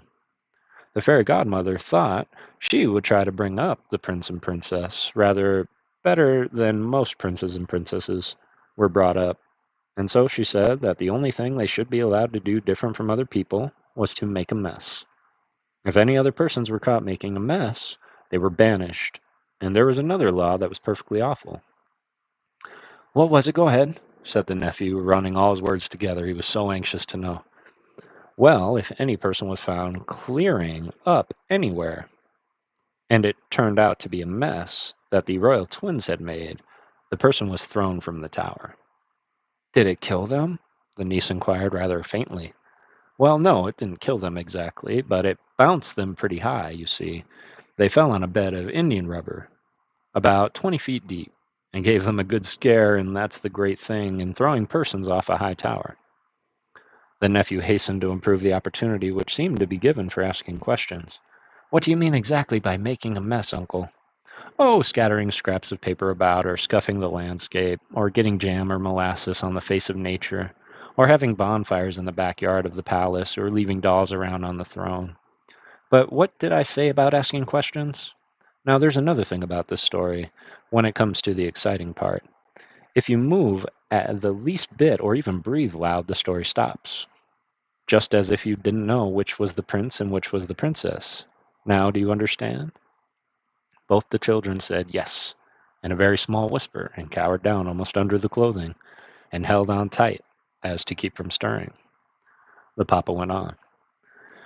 "Well, about the time they had got these two laws in full force, and 40 or 50,000 boys and girls had been banished for making a mess, and pretty nearly all the neat old ladies in the kingdom had been thrown from the high tower for cleaning up after the prince and princess Butterfly Flutterby and Flutterby Butterfly, the old Khan and Kant of Tartary entered the kingdom with a magnificent retinue of followers to select a bride and groom from the children of the royal family. As there were no children in the royal family except the twins, the choice of the Khan and Kant naturally fell upon the prince, Butterfly Flutterby, and the princess, Flutterby Butterfly. Correct. It also happened that the Khan and Kant were brother and sister. But if you can't tell which was brother and which was sister, the story stops at this point. "But why, uncle?" said the little girl reproachfully. "You haven't ever told us which is which yourself yet." "I know it because I'm waiting to find out. You see, with these ascetic names, it's impossible sometimes to tell which is which. You have to wait and see how they will act. If there had been a battle anywhere, and one of them had screamed and ran away, then I suppose you would have been pretty sure it was the sister. But even then, I shouldn't know which was the Khan and which was the Kant." "Well, what are we going to do about it then?" asked the nephew. "I don't know," said the Papa. "We shall have to keep on and see. Perhaps when they meet the prince and princess, they will find out. I don't suppose a boy would fall in love with a boy." "No," said the niece, "but he might want to go off with him and have fun or something." Smart little girl. "That's true," said the Papa. We've got to all watch out, of course. The Khan and Kant scuffed the landscape awfully as they came through the kingdom, and got the face of nature all dummed up with marmalade. There were the greatest persons for marmalade, and when they reached the palace of the prince and princess, they had to camp out in the backyard, and they had to have bonfires to cook by, and they made a frightful mess.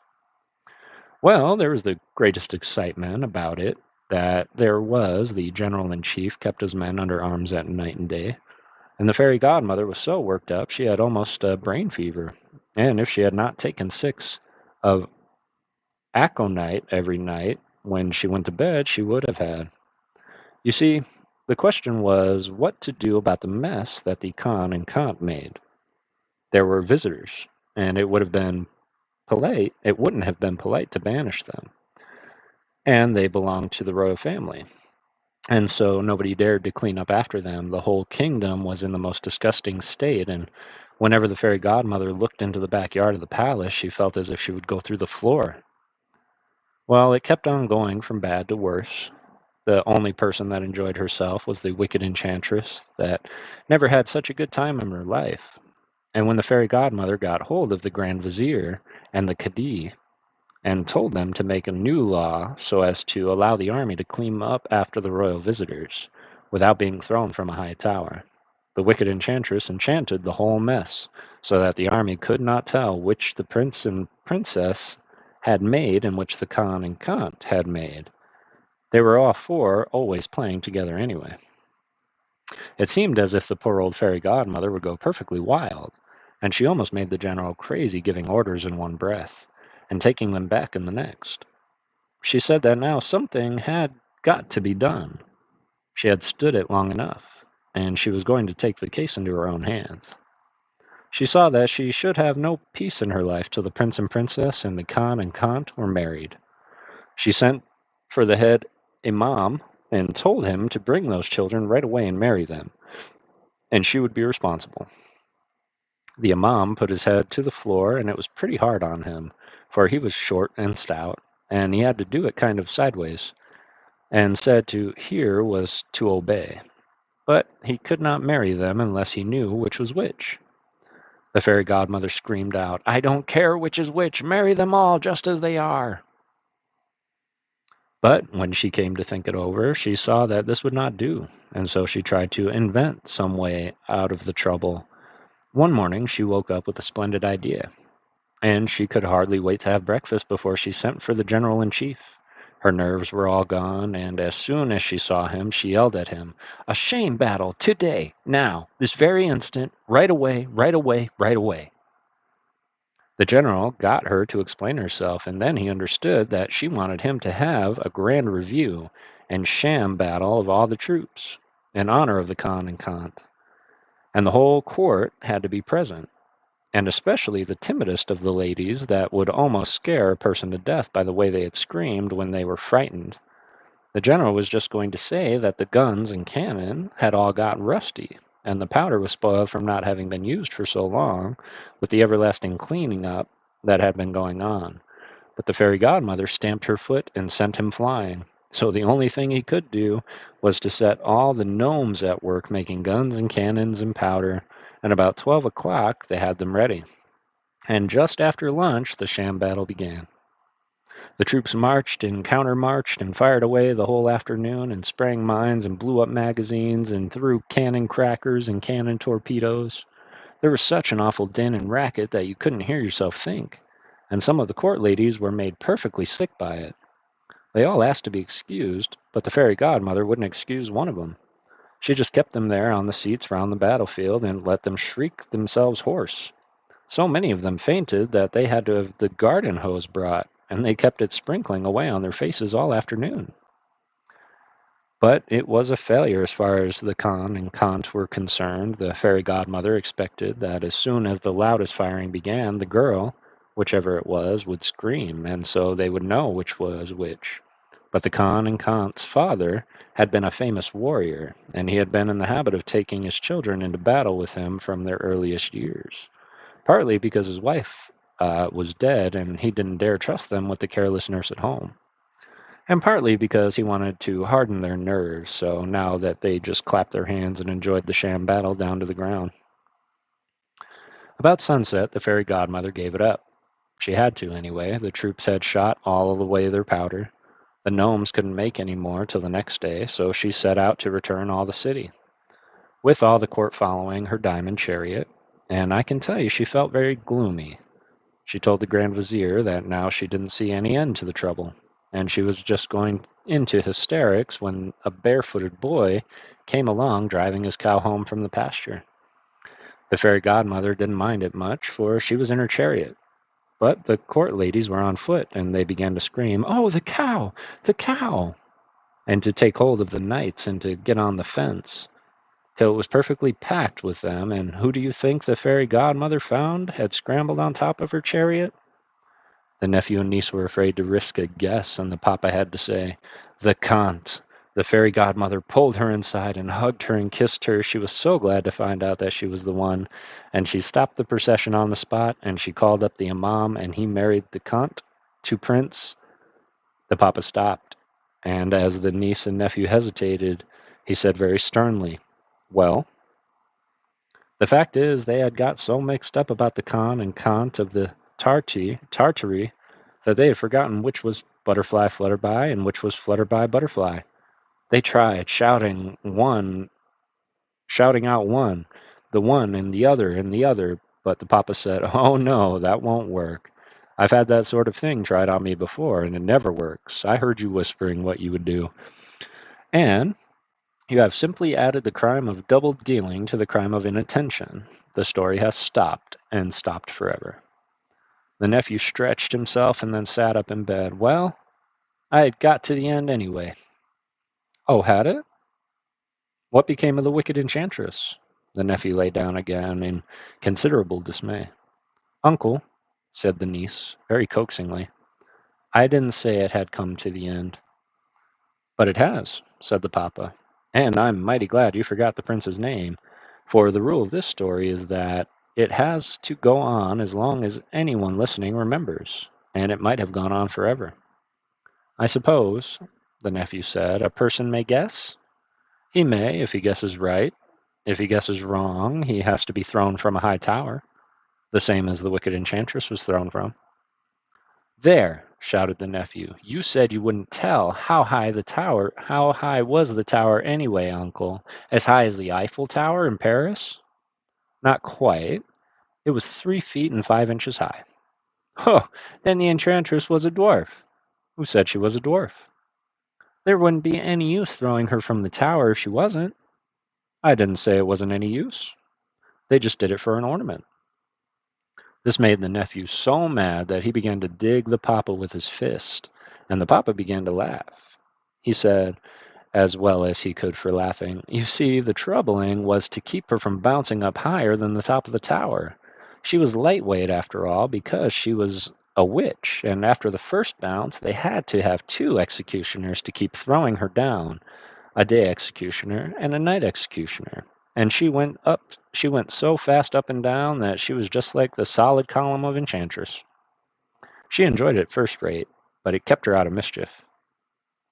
"Now, uncle," said the niece, "you're just letting yourself go. What did the fairy godmother do after they all got married?" "Well, the story don't say exactly, but there's a report that when she became a fairy godmother, she was not half so severe about cleaning up, and let the poor old general-in-chief have some peace in his life, or some war. There was a rebellion among the Genii not long afterwards, and the general was about 10 or 15 years putting them down." The nephew had been lying quiet a moment. Now he began to laugh. "What are you laughing at?" demanded his uncle. "The way the cunt scrambled up on top of the chariot when the cow came along, just like a girl. They're all afraid of cows." The tears came into the niece's eyes. She had a great many of feeling, and they were easily hurt, especially her feelings about girls. "Well, she wasn't afraid of the cannon anyway." "That is a very just remark," said the uncle. "And now, what do you say to breakfast?" The children sprang out of bed and tried which they could to beat to the door. They forgot to thank the uncle, but he did not seem to have expected any thanks. I didn't think he was actually going to stop the story, y'all. I wanted to hear the end of it. Kara! Much as I want, I really need to go to bed. Good night, y'all. It was great being here for story time. Much love, Jesse. Sleep well. I appreciate you being here. It's good to see you, Kara.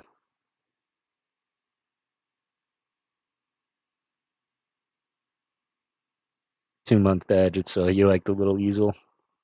Kara, oh, yay, 2 months. Appreciate you. Saw something else too. Oh, that was Rafa and his early Christmas gift. I appreciate y'all. So yeah, we just read an entire book together, y'all. I really, really enjoyed these stories. I'm curious if, like, these are just the Christmas stories, but I'm wondering if, what was his name? This book was by William Dean Howells, and it was published, well, this says 2012, but I think that it was closer to 1860.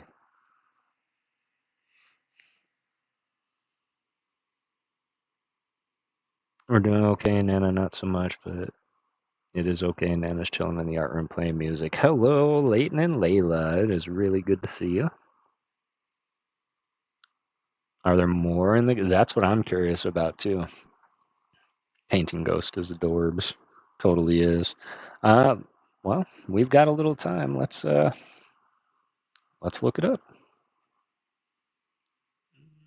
William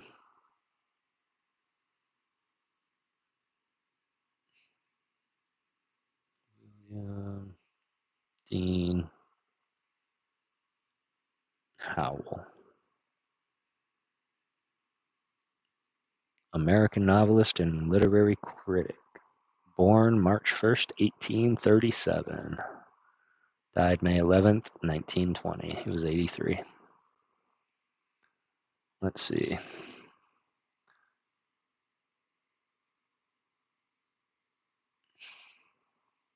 Seeing if there are any other anthology books. Yeah, there is. Roundabout to Boston.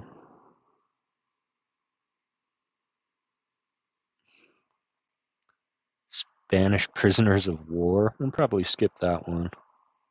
The Belated Guest.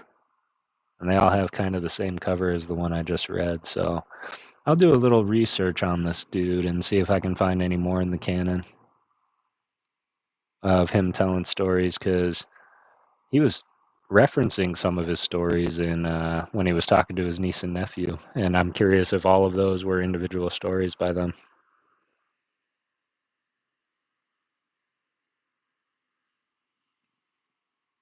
Excellent. I'm glad you all enjoyed them. I know that I was missing up some words, and I'm sorry, but absolutely did enjoy it.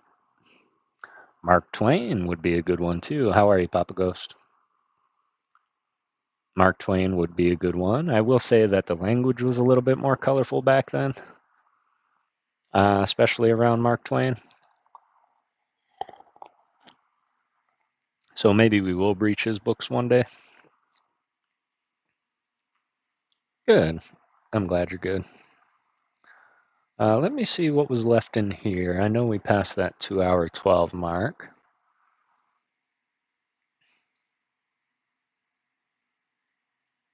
We can jump into our last book, The Treasury of Christmas Stories. This is when we get into, like, I don't know if these are public domain or not, but we're just going to read them anyway.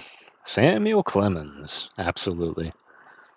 But Mark Twain would be a good one, Dad. So I'll look and see if they did any holiday stories and books and whatnot. But yeah, he's definitely one of the faves. Let me see real quick, because I think the New Zealand fam just got in. So I want to do one more for them before we call it good.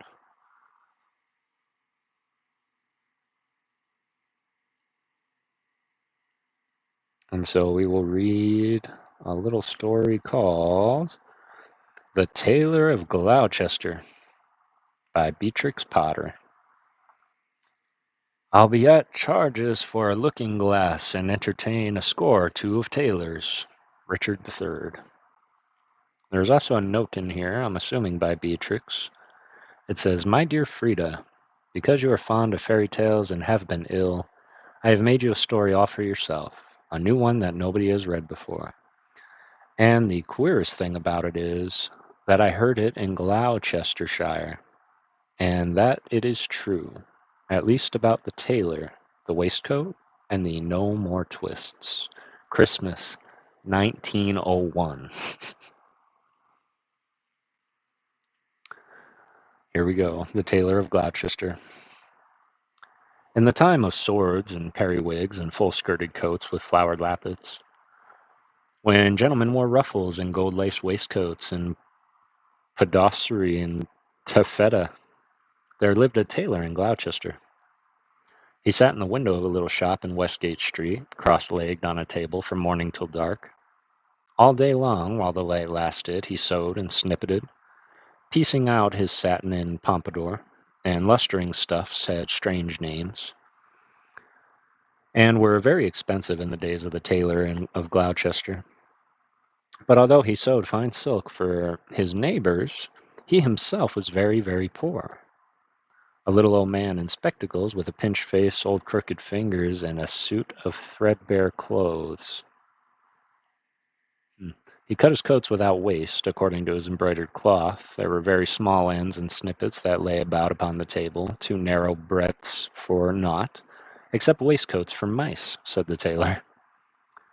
One bitter cold day near Christmas time, the tailor began to make a coat of cherry-colored corded silk embroidered with pansies and roses, and a cream-colored satin waistcoat trimmed with gauze and green worsted chenille for the mayor of Gloucester.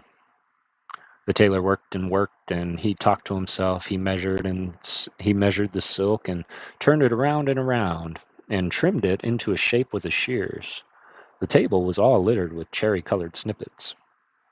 No breadth at all, and cut on the cross it is no breadth at all. Trippets for mice and ribbons for mobs for mice, said the tailor of Gloucester. When the snowflakes came down against the small lead window panes and shut out the light, the tailor had done his day's work. All the silk and satin lay cut out upon the table. There were 12 pieces for the coat and 4 pieces for the waistcoat, and there were pocket flaps and cuffs and buttons in all order.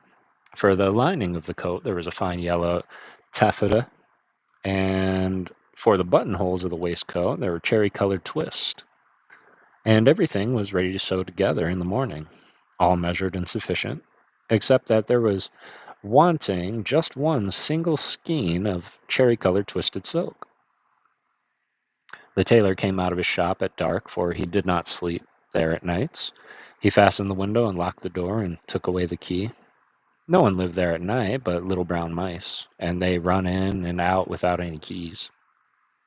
For behind the wooden waistcoats of the old houses in behind the wooden wainscots of all the old houses in Gloucester, there were little mouse staircases and secret trapdoors, and the mice run from this house to house through those long, narrow passages.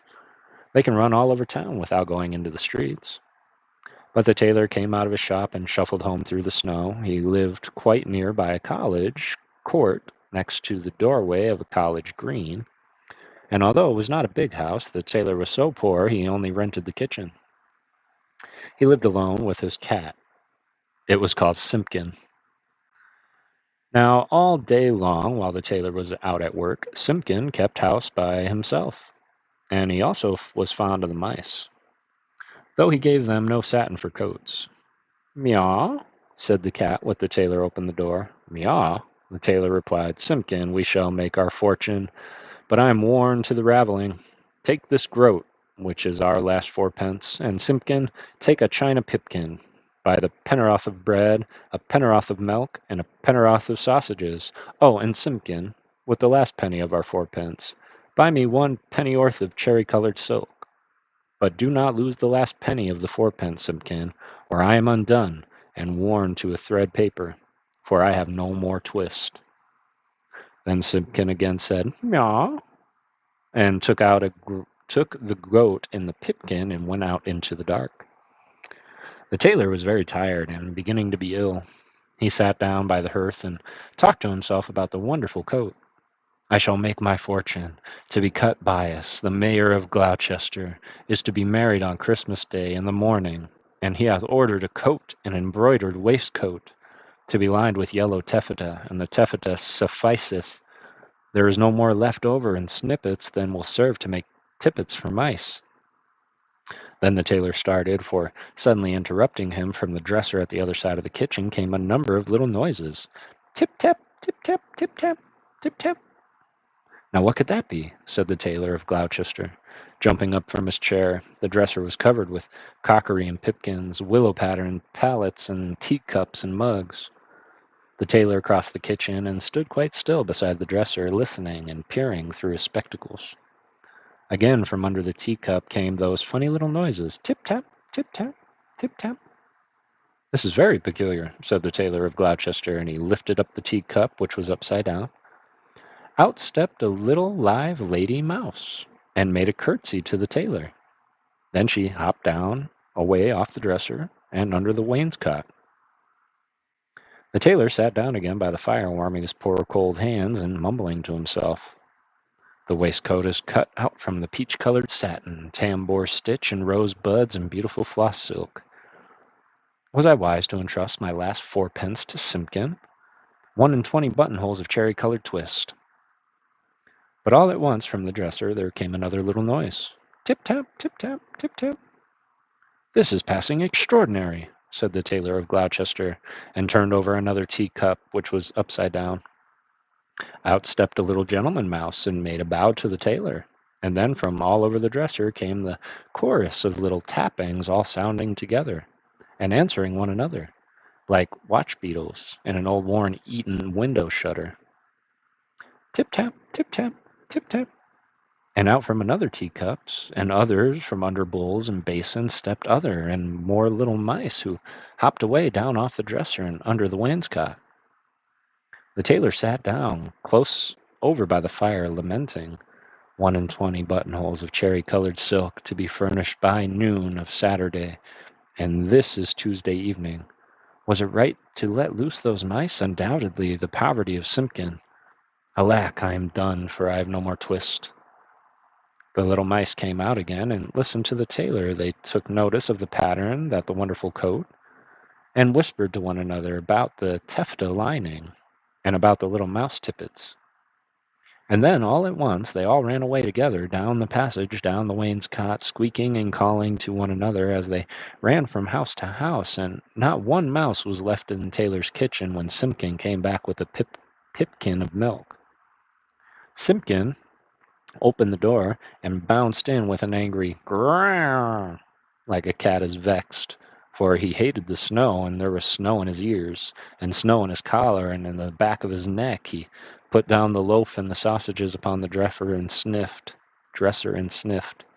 Simpkin, said the tailor, where is my twist? But Simpkin sat down the pipkin of milk upon the dresser and looked suspiciously at the teacups. He wanted his supper of little fat mouse. Simpkin, said the tailor, where is my twist? But Simpkin hid a little parcel privately in the teapot, and spit and growled at the tailor as if Simpkin had been able to talk. He would have asked, where is my mouse? Alack, I am done, said the tailor of Gloucester, and went sadly to bed. All that night long Simpkin hunted and searched through the kitchen, peeping into cupboards and under wainscot, and into the teapot where he had hidden that twist, but still he found never a mouse. Whenever the tailor muttered and talked in his sleep, Simpkin said, meow, gow, ch, ch, ch, ch, and made a strange horrid noises as the cats do at night. For the poor old tailor was very ill with fever, tossing and turning in his four-post bed, and still in his dreams he mumbled, no more twist, no more twist. All that day he was ill, and the next day, and the next.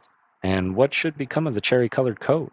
In the tailor's shop in Westgate Street, the embroidered silk and satin lay cut out upon the table, 1 and 20 buttonholes, and who should come to sew them, when the window is barred and the door is fast locked?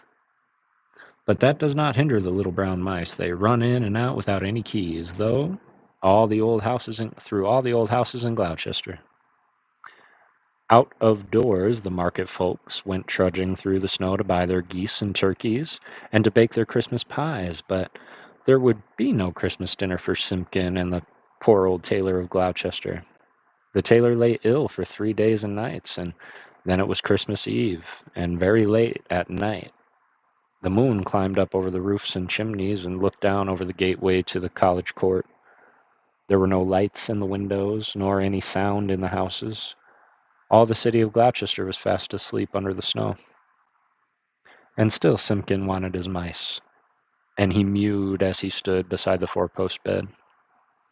But it is in the old story that all the beasts can talk. In the night, between Christmas Eve and Christmas Day, in the morning, though there are very few folk that can hear them or know what it is they say.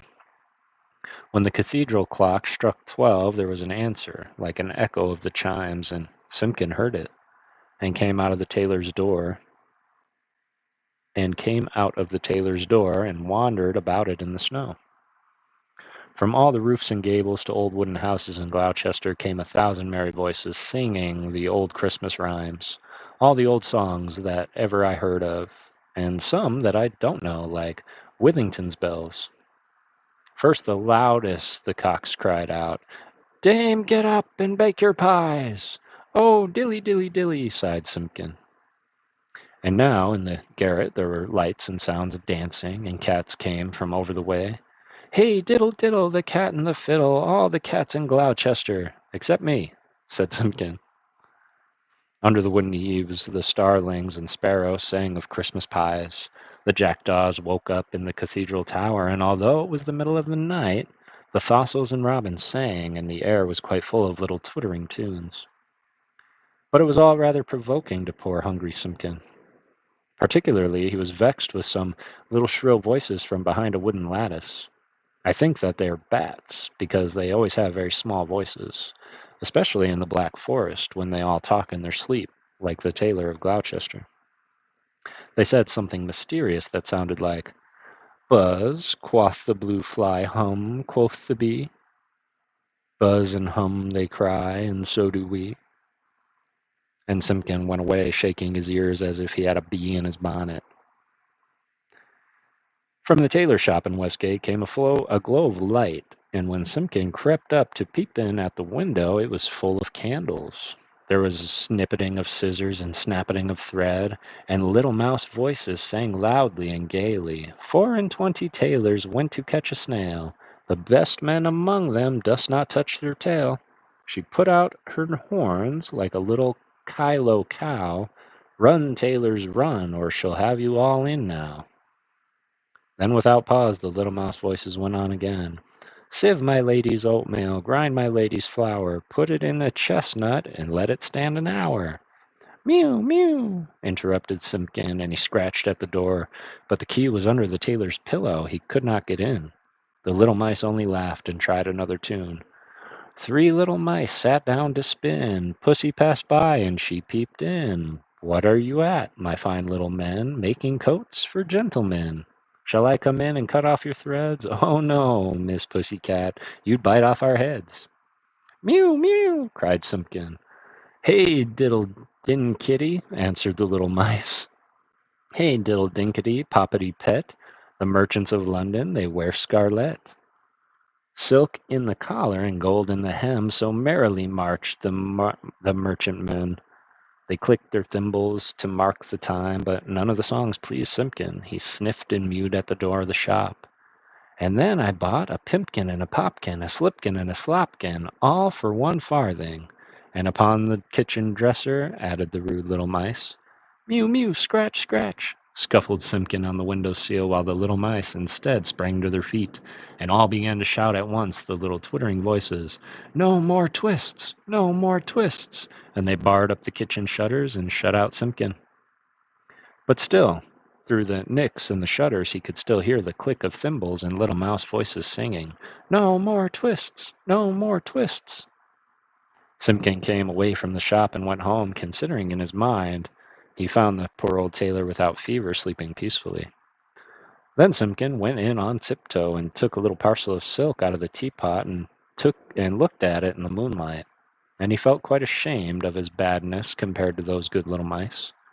When the tailor awoke in the morning, the first thing he saw upon the patchwork quilt was the skein of cherry-colored twisted silk, and beside his bed stood a repentant Simpkin.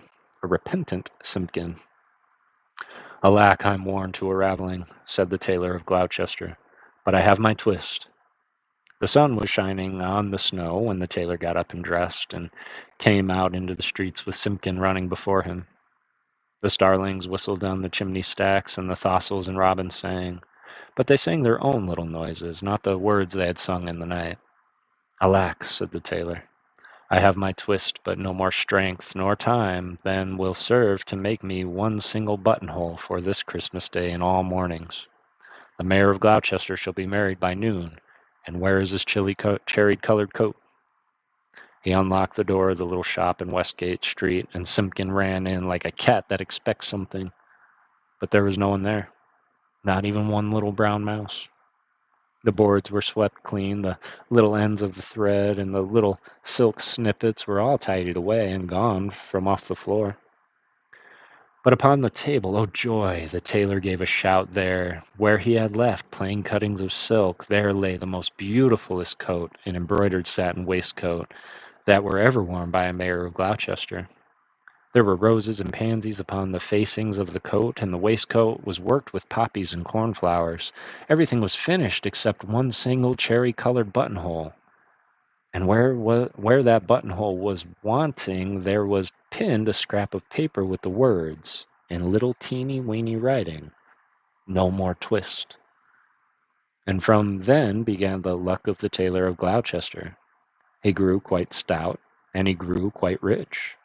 He made the most beautiful waistcoats for all the rich merchants of Gloucester, and for all the fine gentlemen in the country round. Never were seen such ruffles or such embroidered cuffs and lappets, but his buttonholes were the greatest triumph of it all.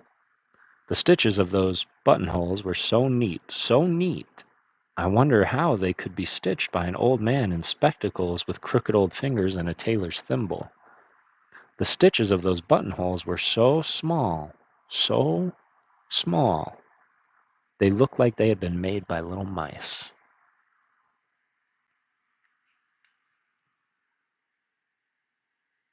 No, no, certainly not.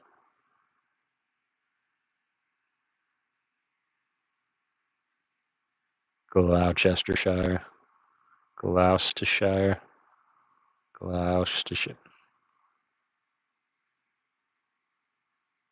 They've all changed names since they became places.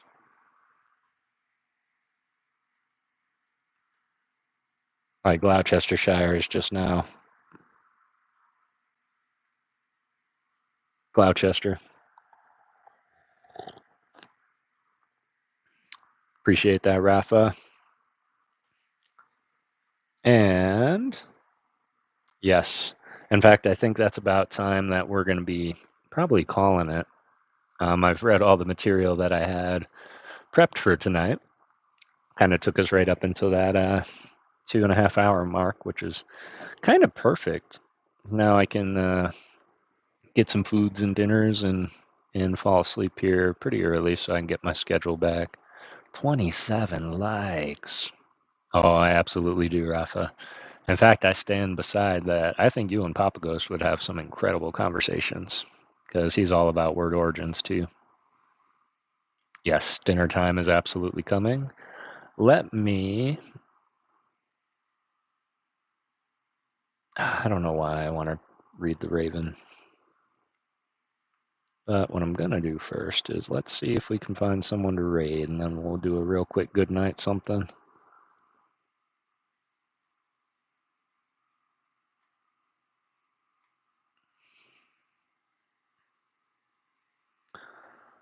We got Jay's Corner, Chaos Led, Pokeboys, red or blue. Ooh, Mega Dream EX is here. Red or blue is ripping Mega Dream.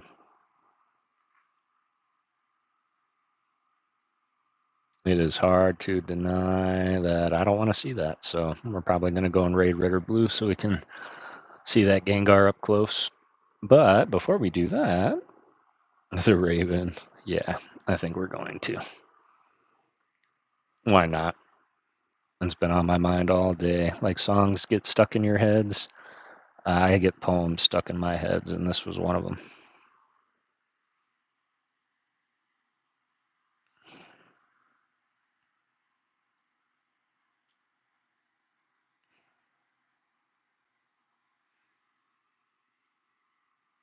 So what I'm going to do is read the Raven for good night, and then we'll go raid red or blue, and I am going to eat.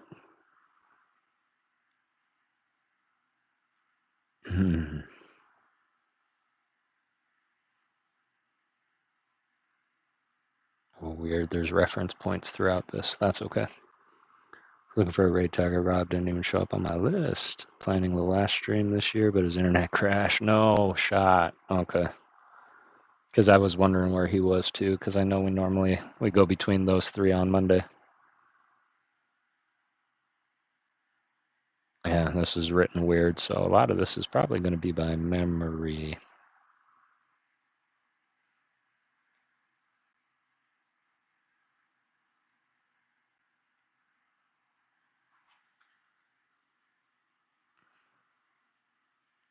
Hey, what's going on here?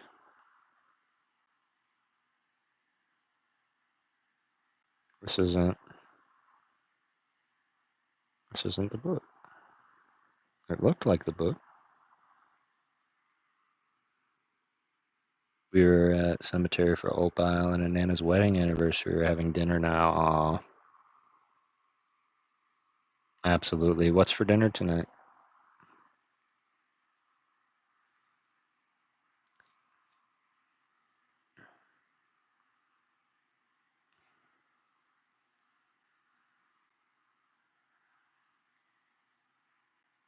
All right. This is the Raven. Where are you? Once upon a midnight dreary, while I pondered weak and weary over many a quaint and curious volume of forgotten lore, and while I nodded, nearly napping, suddenly there came a tapping, as if someone gently rapping at my chamber door. "'Tis some visitor," I muttered, tapping at my chamber door. Only this and nothing more.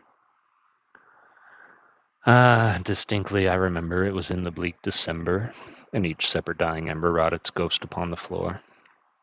Eagerly I wished the morrow, vainly I had sought to borrow from my books surcease of sorrow, sorrow for the lost Lenore, for the rare and radiant maiden whom the angels named Lenore, nameless here, forevermore. And the silken, sad, uncertain rustling of each purple curtain thrilled me, filled me with fantastic terrors never felt before. So that now, 'tis still the beating of my heart I stood repeating, "'Tis some visitor entreating entrance at my chamber door, some late visitor entreating entrance at my chamber door. This it is, and nothing more." Presently my soul grew stronger, hesitating then no longer. "Sir," said I, "or madam, truly your forgiveness I implore.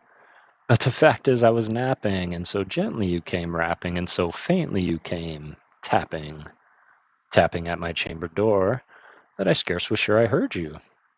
Here I opened wide the door. Darkness there, and nothing more. Deep into that darkness peering, long I stood there wondering, fearing, doubting, dreaming dreams no mortal ever dared to dream before. But the silence was unbroken, and the stillness gave no token, and the only word there spoken was the whispered word, "Lenore?" This I whispered, and an echo murmured back the word, "Lenore." Merely this, and nothing more. Back into the chamber turning, all my soul within me burning, soon I heard again a tapping somewhat louder than before. "Surely," said I, "surely that is something at my window lattice. Let me see then what thereat is, and this mystery explore. Let my heart be still a moment, and this mystery explore. 'Tis the wind, and nothing more." Open here I flung the shutter, when with many a flirt and flutter in there stepped a stately raven of the saintly days of yore. Not the least obeisance made he, not a minute stopped or stayed he, but with mien of lord or lady perched above my chamber door, perched upon a bust of Pallas just above my chamber door, perched and sat, and nothing more. Then this ebony bird beguiling my sad fancy into smiling by the grave and stern decorum of the countenance it wore. "Thou, thy crest are shorn and shaven, thou," I said, Art sure no craven, ghastly grim and ancient raven, wandering from the nightly shore, tell me what thy lordly name is on the night's Plutonian shore. Quoth the raven, nevermore. Much I marvelled this ungainly fowl to hear discourse so plainly, though its answer little meaning, little relevancy bore.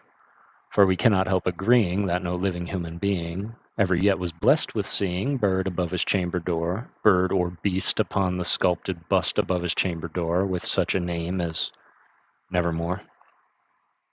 But the raven, sitting lonely on the placid bust, spoke only that one word, as if his soul in that one word he did outpour. Nothing farther than he uttered, not a feather than he fluttered, till I scarcely more than muttered, other friends have flown before. On the morrow he will leave me as my hopes have flown before. Then the bird said, nevermore. Startled at the stillness broken by reply so aptly spoken, doubtless, said I, what it utters is its only stock and store, caught from some unhappy master, whom unmerciful disaster followed fast and followed faster, till his songs one burden bore, till the dirges of his hope that melancholy burden bore of nevermore. But the raven, still beguiling all my sad fancy into smiling, straight I wheeled a cushioned seat in front of bird and bust and door. Then upon the velvet sinking, I betook myself to linking fancy unto fancy, thinking what this ominous bird of yore, what this grim, ungainly, ghastly, gaunt, and ominous bird of yore meant in croaking, nevermore.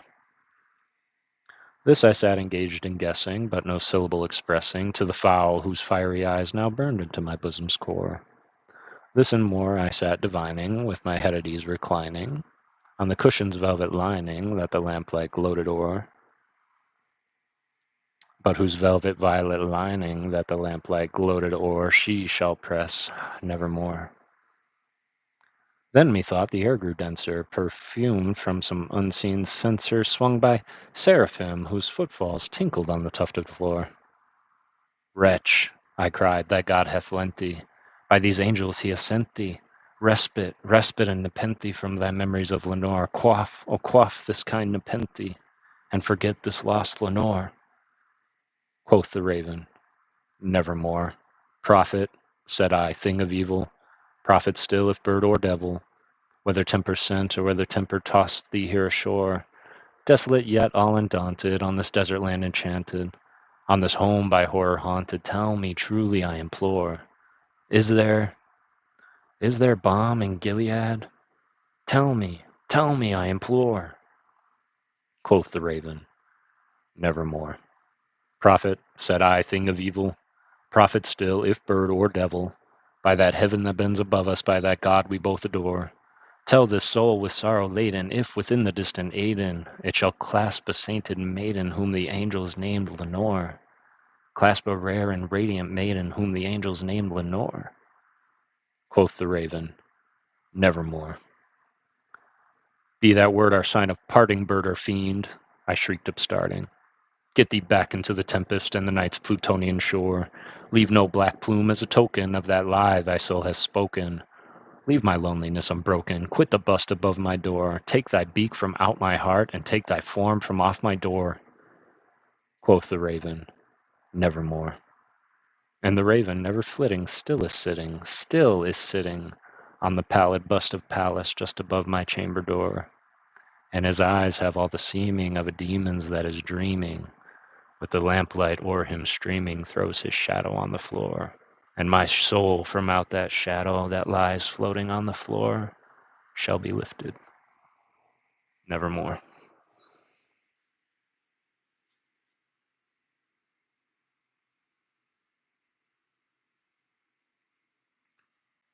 'Twas the night before Tuesday, and the ghost recounted new days, maybe horrid, maybe skewered days. They didn't sound like those before.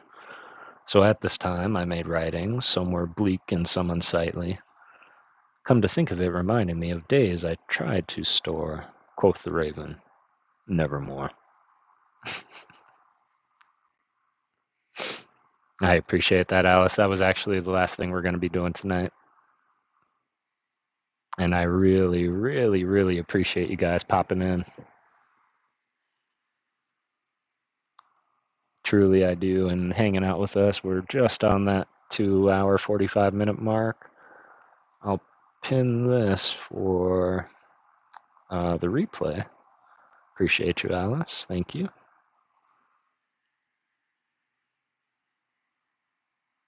And I am going to be getting very creative over these next few weeks here. Going to be creating a nice little Christmas event made with shorts, promoting others, as well as joining me live so that we can award them. I am thinking of things, but there's one theme that I want to keep, not just indefinitely on this channel, but especially around these times, that it takes $0 to be a good person, y'all.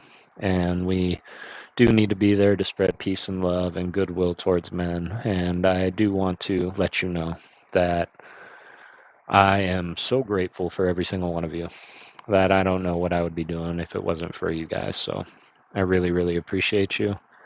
Remember to go out and get everything that you set out to get. Just don't let anything stop you.